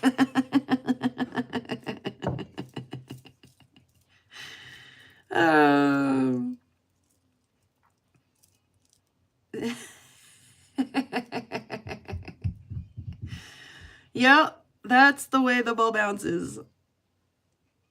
Maybe they'll put me in their Rolodex, though, and the next time they have a meteorite question, they'll ask first before they publish some rage bait crap.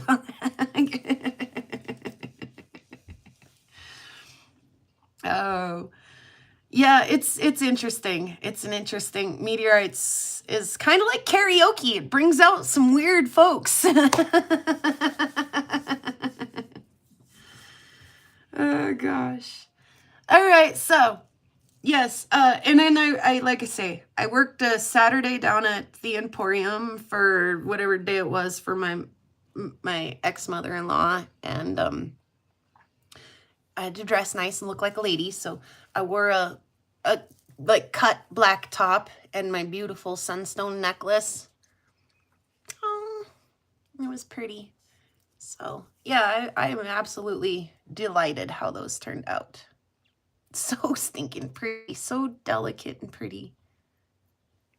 So yeah, we'll have to do some more of that.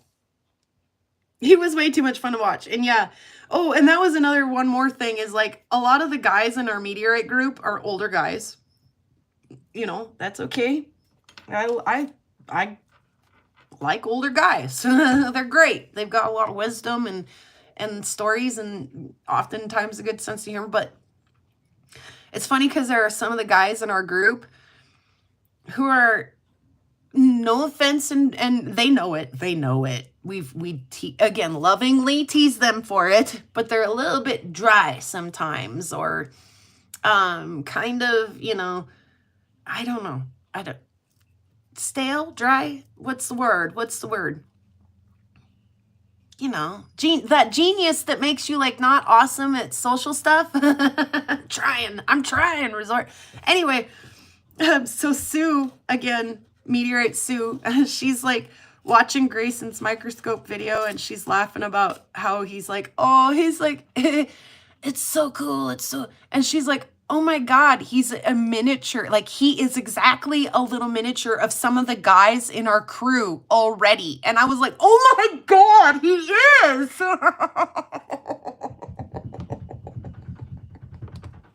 He is. Oh my God. He's just, I mean, he got excited, he got enthusiastic there, but did you notice it took a little bit of build up to get him there? Like he didn't just come out the gate that way. Like, yeah, you know, that kind of, yeah. Anyway, when she said that, I was like, oh my God, he's like a tiny geezer. He's like a little old man. Like he kind of is. Like, stoic. He is very stoic, Ma. He is very much. Yes. Yes. But yeah, when Sue compared him to some of the old guys in our group, I was like, he's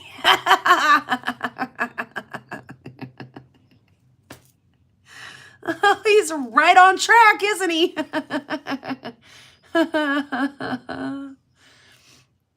Absolutely, Rick. Absolutely. And then, yeah, there were comments in the thing like, he's going to win the science fair. He's going to be like the science fair winner for the next 5 years straight at the rate he's going. And I read that comment out loud to one of my boys, and they were like, actually, I think he did do pretty well in the science fair this last year. And I was like, well, it wouldn't surprise me. Yeah, what a neat kid. A little pocket geezer, yeah. Oh, so... yeah, lots of fun.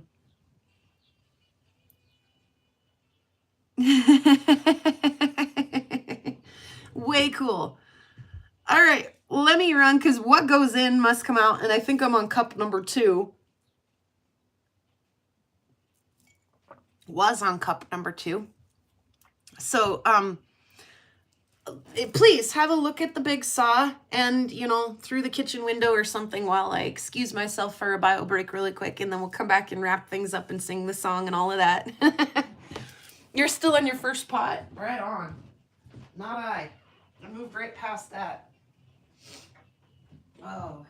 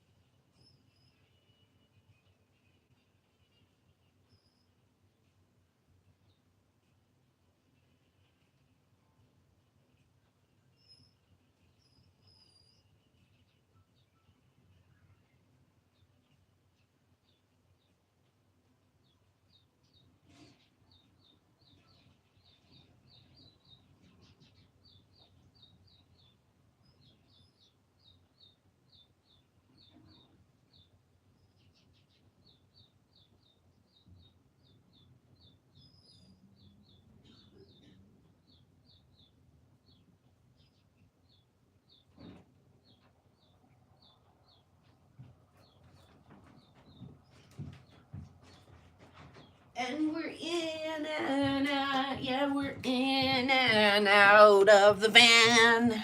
Go check out Tectonic City songs, you guys.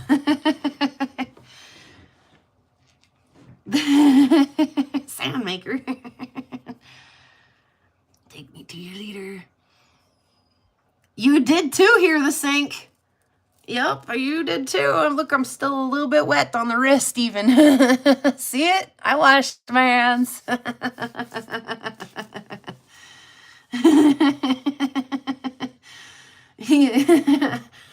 I might be country, but... And you know how you're really a redneck is if you have to wash your hands before you use the restroom, not after. And that's usually the case here. I'm usually like, I should probably, yeah, I'm going to wash the oil and the raw grease and stuff before I use the restroom. And yeah, cheers, Karen, and welcome. We had beautiful sunstones we were showing off today.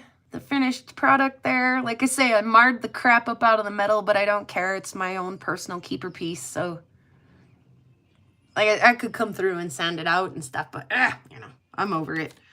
Tried a new wire wrapping style with the thick wire. I don't hate it. I actually am quite pleased with how that turned out. Like I say, I'll play around with that some more and see how that goes. Got Grayson's stuff coming. Like I say, I did find it, not one of the little ones. I found a, like, full-size spray bottle that I'm going to give to him, too. Yeah, I'm so excited. He has no idea. It was so weird, too. Like I say, I ordered it, and then he came over. I do, too, Ma. I do, too. I'm really pleased with that. I want to do that some more. So just, it's a time allotments thing now, like... Just find the time to sit down and spend on the machine, get her done some more. So, but yeah, so thank you, Chubby Hubby. Like I say, he did send me this really kick-ass light. This is nice. I love the little tiny focused beam. You can get right under your stuff and get it lit up the way you want it to light up. That was another thing that was blowing Grayson's mind. And this like huge piece of whalebone. The fact that some of these cells will agatize and show light through, he was like, what? Oh my gosh, cool. It was fun to blow his mind. Oh, Chubby Hubby, thank you so much. Aw. Well, I kind of figured that, you know, PrairieGirlRocks could throw down on some of that. I actually did use the funds from, I have PrairieGirlRocks money. Like when you guys do things, when I have sales and you guys do the super chats and things, it all goes on to literally both my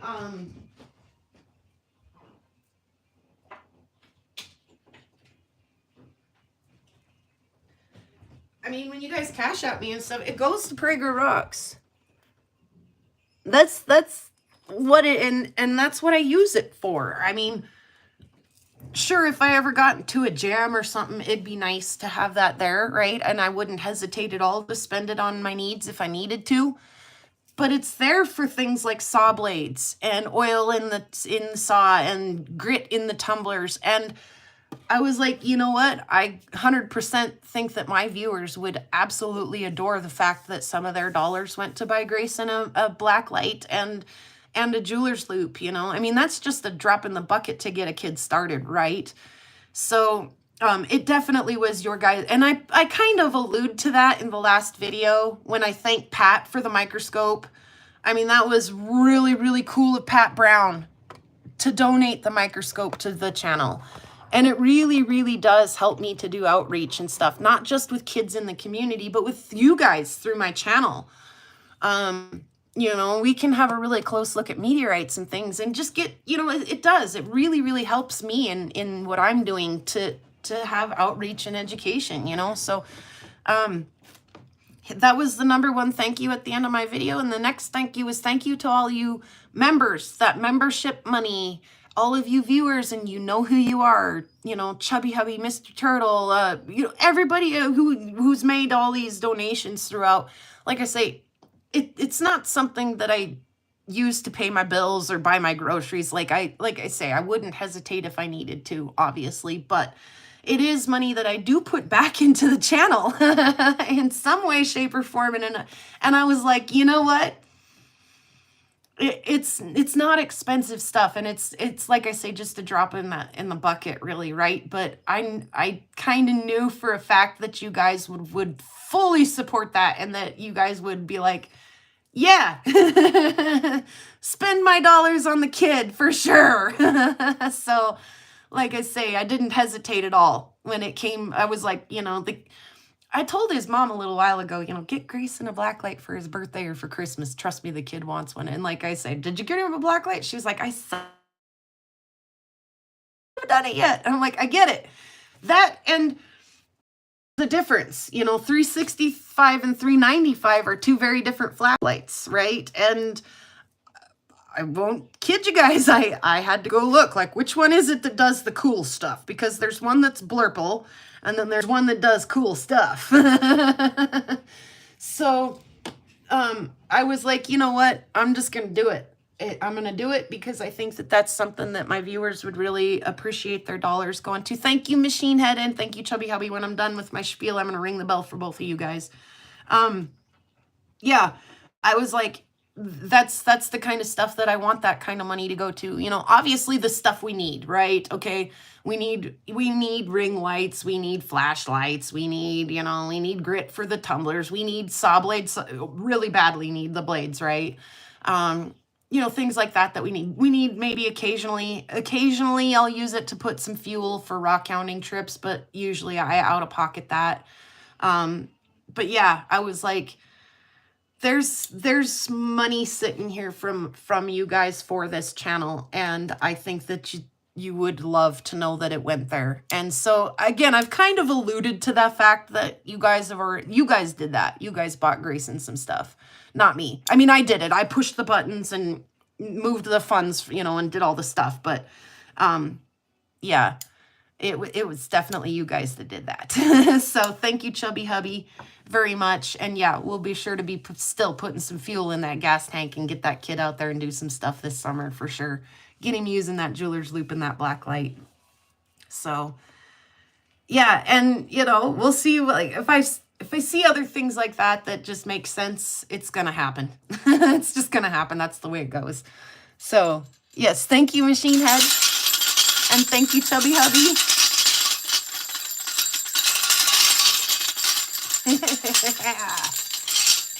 Good stuff. Good stuff. Yeah, so, I mean, yeah, you guys get a little something out of it too if you're a member, you know, 99 cents a month's not much. And by the way, there's a members only video coming out right after this. It'll be a minute. I've got to finish kind of putting it together and stuff, but Chubby Hubby sent something else, not just this flashlight. And so and it's just a goofy video. It's really silly. I'm being really silly. And so, again, that's not maybe something that I want to publish on my public channel for everyone to see, but members, you guys are welcome to watch me be silly. So that's coming out really soon. Like I said, I'm working on a silly video there with another gift that Chubby Hubby sent. So, Mr. Chubby Hubby, you rock. You are the man today and most other days, and the winner of most creative comment on a regular basis.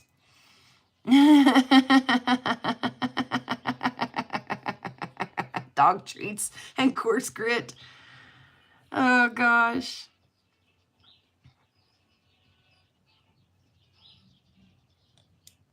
You finished the front yard? Woohoo!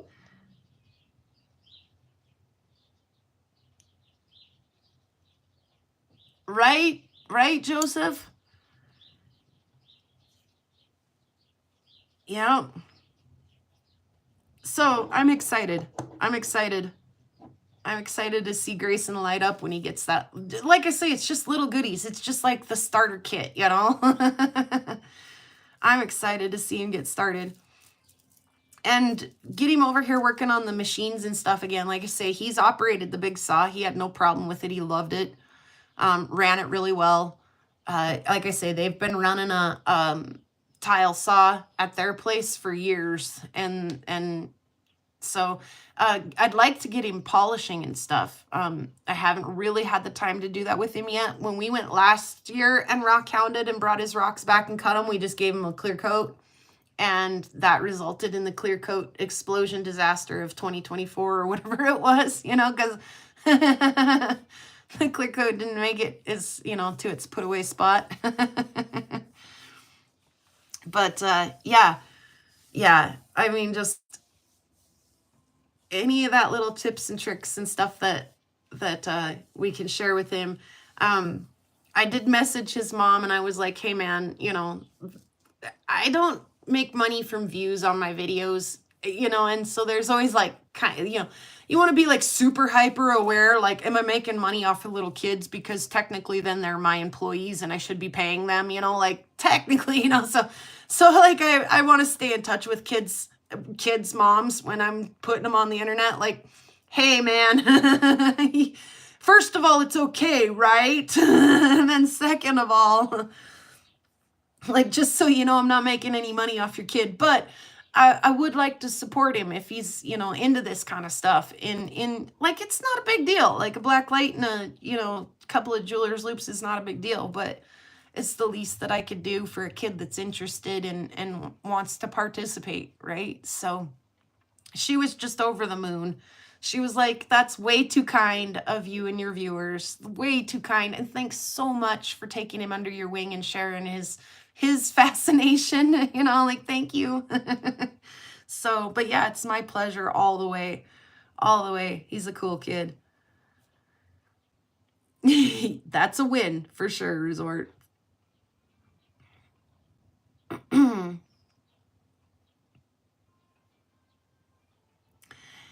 Yeah, Machine Head, I agree. I've got a little bit combination of like stuff. I actually, you know what? Tiebreaker. I like high tech. Why? Because their customer service kicks ass. There. I said it. I mean, I don't mind fixing and tinkering and modifying and doing things, replacing a belt here or a wheel there, or, stuff. I don't mind getting by with the vintage stuff, making it work, that kind of stuff. But high tech has great customer service. Very, very pleasant to work with.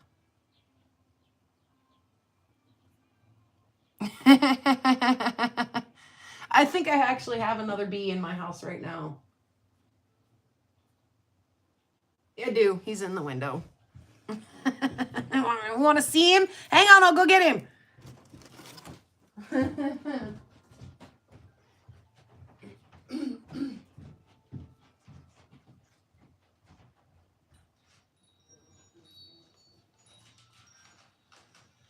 I'm sorry, I don't mean to pinch your leg. Okay.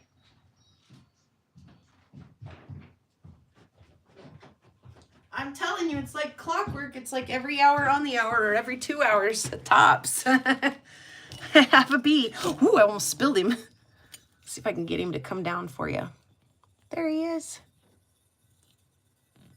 Look at all the pollen on his legs. He'd been doing good.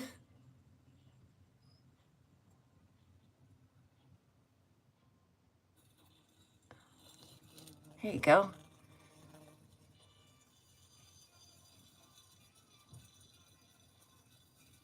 Isn't he though? Like I say, it's not a problem. But yeah, he'd probably do a little better if he were outside, not stuck in my window. So I'll go put him outside. But yeah, he's got a lot of pollen on his legs. He's been doing good. I just don't understand how they keep... Like, there must be like a window. They must have a little hole in like the siding or something. Oh, don't get on your back, baby. All right, it's time for you to go free.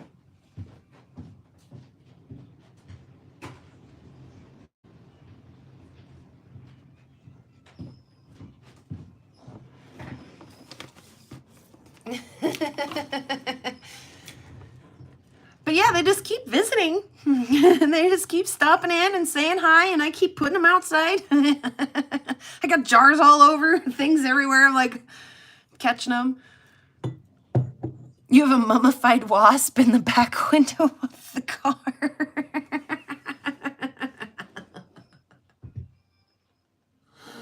Oh, God.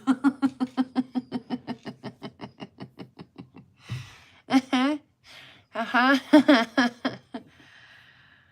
Oh, gosh.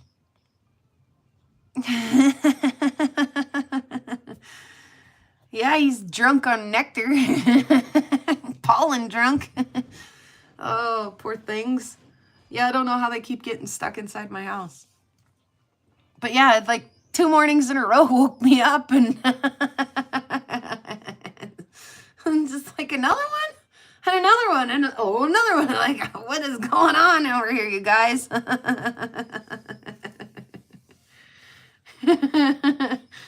You'd think I was making it up, but how many is that just since we've been live? 2 or 3? It's like 7 today already. Oh, shoot.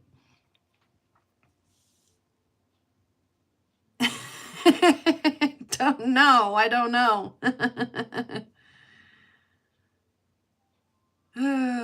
Yes, they are just like other bees. Yep, except they kind of like to live in little hidey holes, and they still make like combs and stuff for the pupas to live in and things, but not quite the like paper nest you think of when you think of like wasps and stuff. But yeah. Ooh, yeah, we should look at one under the microscope. Hold still, Bumblebee. And yeah, my kids are beekeepers. My grandpa was a beekeeper. So my grandpa, my dad, me, and my kids. We're 4th generation beekeepers around here. So, yeah, you know, honeybees are, you know, I'm quite familiar. But yeah, like I say, it'd be a bee problem if I was like terrified of them, or, you know, like, honest to God, like if I saw that many spiders in my house, I'd move. I would have moved yesterday. That would have been enough. I'd have been gone. I would have either lit the house on fire and burned it to the ground, or I would have physically packed my shit and left. But, but they're bumblebees, you know, so it's not really a problem. Behave, right? Right? Yeah, thank goodness it's not spiders or something. That would be alarming. That would be a problem. Or like I say, if it were yellow jackets or wasps or something in here every couple hours, that would be a problem. I say the same thing, Rick. They just know a sweet thing, and they're like, there's something sweet inside there. What is right? Mm. Yeah, the Mormon crickets are cool, or the cicada. What? Yeah, those are kind of a seasonal thing too. Like they have good years and bad years. Like what is it, like once every 8 years or something, that they just get outrageous out here, and then they're like non-existent for like 7 or 8 years, and then all of a sudden they're everywhere and they make so much noise. And again, that's not a problem. They're welcome. If they did it all the time, maybe every year it would get old. But yeah, they're just, again, I never see bumblebees like this, so I'm just pleased, tickled pink. Yeah, the crickets are bad for the crops, and they do make the roads. Like, I mean, they're not that bad here usually, but is that not the prettiest dang thing you've seen in a hot minute? I'm so dang proud. All right. Anyway, we've talked about almost everything under the sun, from meteorites in the news to fossils in the rocks to fire in the agates and sparkle in the sunstones. So, hoofda. We had a pretty wide spread today. It's been fun. All right, let's see. I'm going to grab a couple here. Let's see. This one. Oh, this one was like one of my favorites. You know, that's juicy. About make you drool just a little bit. Yes, thank you. All right, guys. Yeah, it's been fun. And like I say, so look forward to this. It is darn nice outside. I kind of have been itching all morning to get out and go for a rock walk. So I might have to tree rebark this. No, this is fire agate. So I might have to just call it quits here real quick, go out and do that, and then come back for my meteorite meeting tonight. So, but yeah, thank you guys so much for hanging out with me on this Wednesday. Like I say, it's definitely kind of the highlight of my week. I so look forward to it. And I'm glad you guys could all stop by today, even if you were just lurking while you were working, or whether you were, snarking in the comments, whether you were, whatever it was, whatever it was you were doing here. I'm glad you were here doing it, you weirdo. All right. Yeah, do it, Rufo. It's a beautiful day. So, and with any luck, we'll get some nice days like this, and then maybe I'll get a rainy day or something where I'm stuck inside and have to do some more stuff that scares me. This kind of stuff scares me, guys, and I'm not afraid to say it. Not afraid to say it. It scares, it intimidates me. So, but sometimes leaning into those fears and intimidations and not being stuck in one spot are great for growth and discovery, and lots of fun. So thanks for joining me for all of that today. Kind of a great thing, kind of a weird, different topic, but it was fun and I loved it. So thanks again, guys. Yeah, a Discord bash or something. That would be great fun. Somebody remember to send me the alerts. I haven't figured out how to set the alerts up from Discord on this new phone. So somebody send me a message or Facebook message or something that says you guys are doing Discord stuff, and I'd probably be more than happy to jump on in there. So we'll sing the song. Yes, it's a beautiful day on the prairie, and I hope that you all have a beautiful rest of your week. May it be awesome, be wonderful, and be beautiful. Pretty rocks out on the prairie. Pretty rocks are everywhere. Pretty rocks for us to look at. Pretty rocks are everywhere. There's a pink one and a green one and a blue one and a yellow one, and they all are very pretty. And there's another bumblebee, and they all are everywhere. Thank you guys so much for hanging out today. In a world where you can choose to be anything, choose to be kind of a rock hound. Have a great rest of your week. I'll see you around. Do all the things. Don't forget to do this thing and things in the comments and the nice things. It helps all the algorithms and it's free. So thanks again, guys. We'll see you again very soon. Boop. And peace hippies.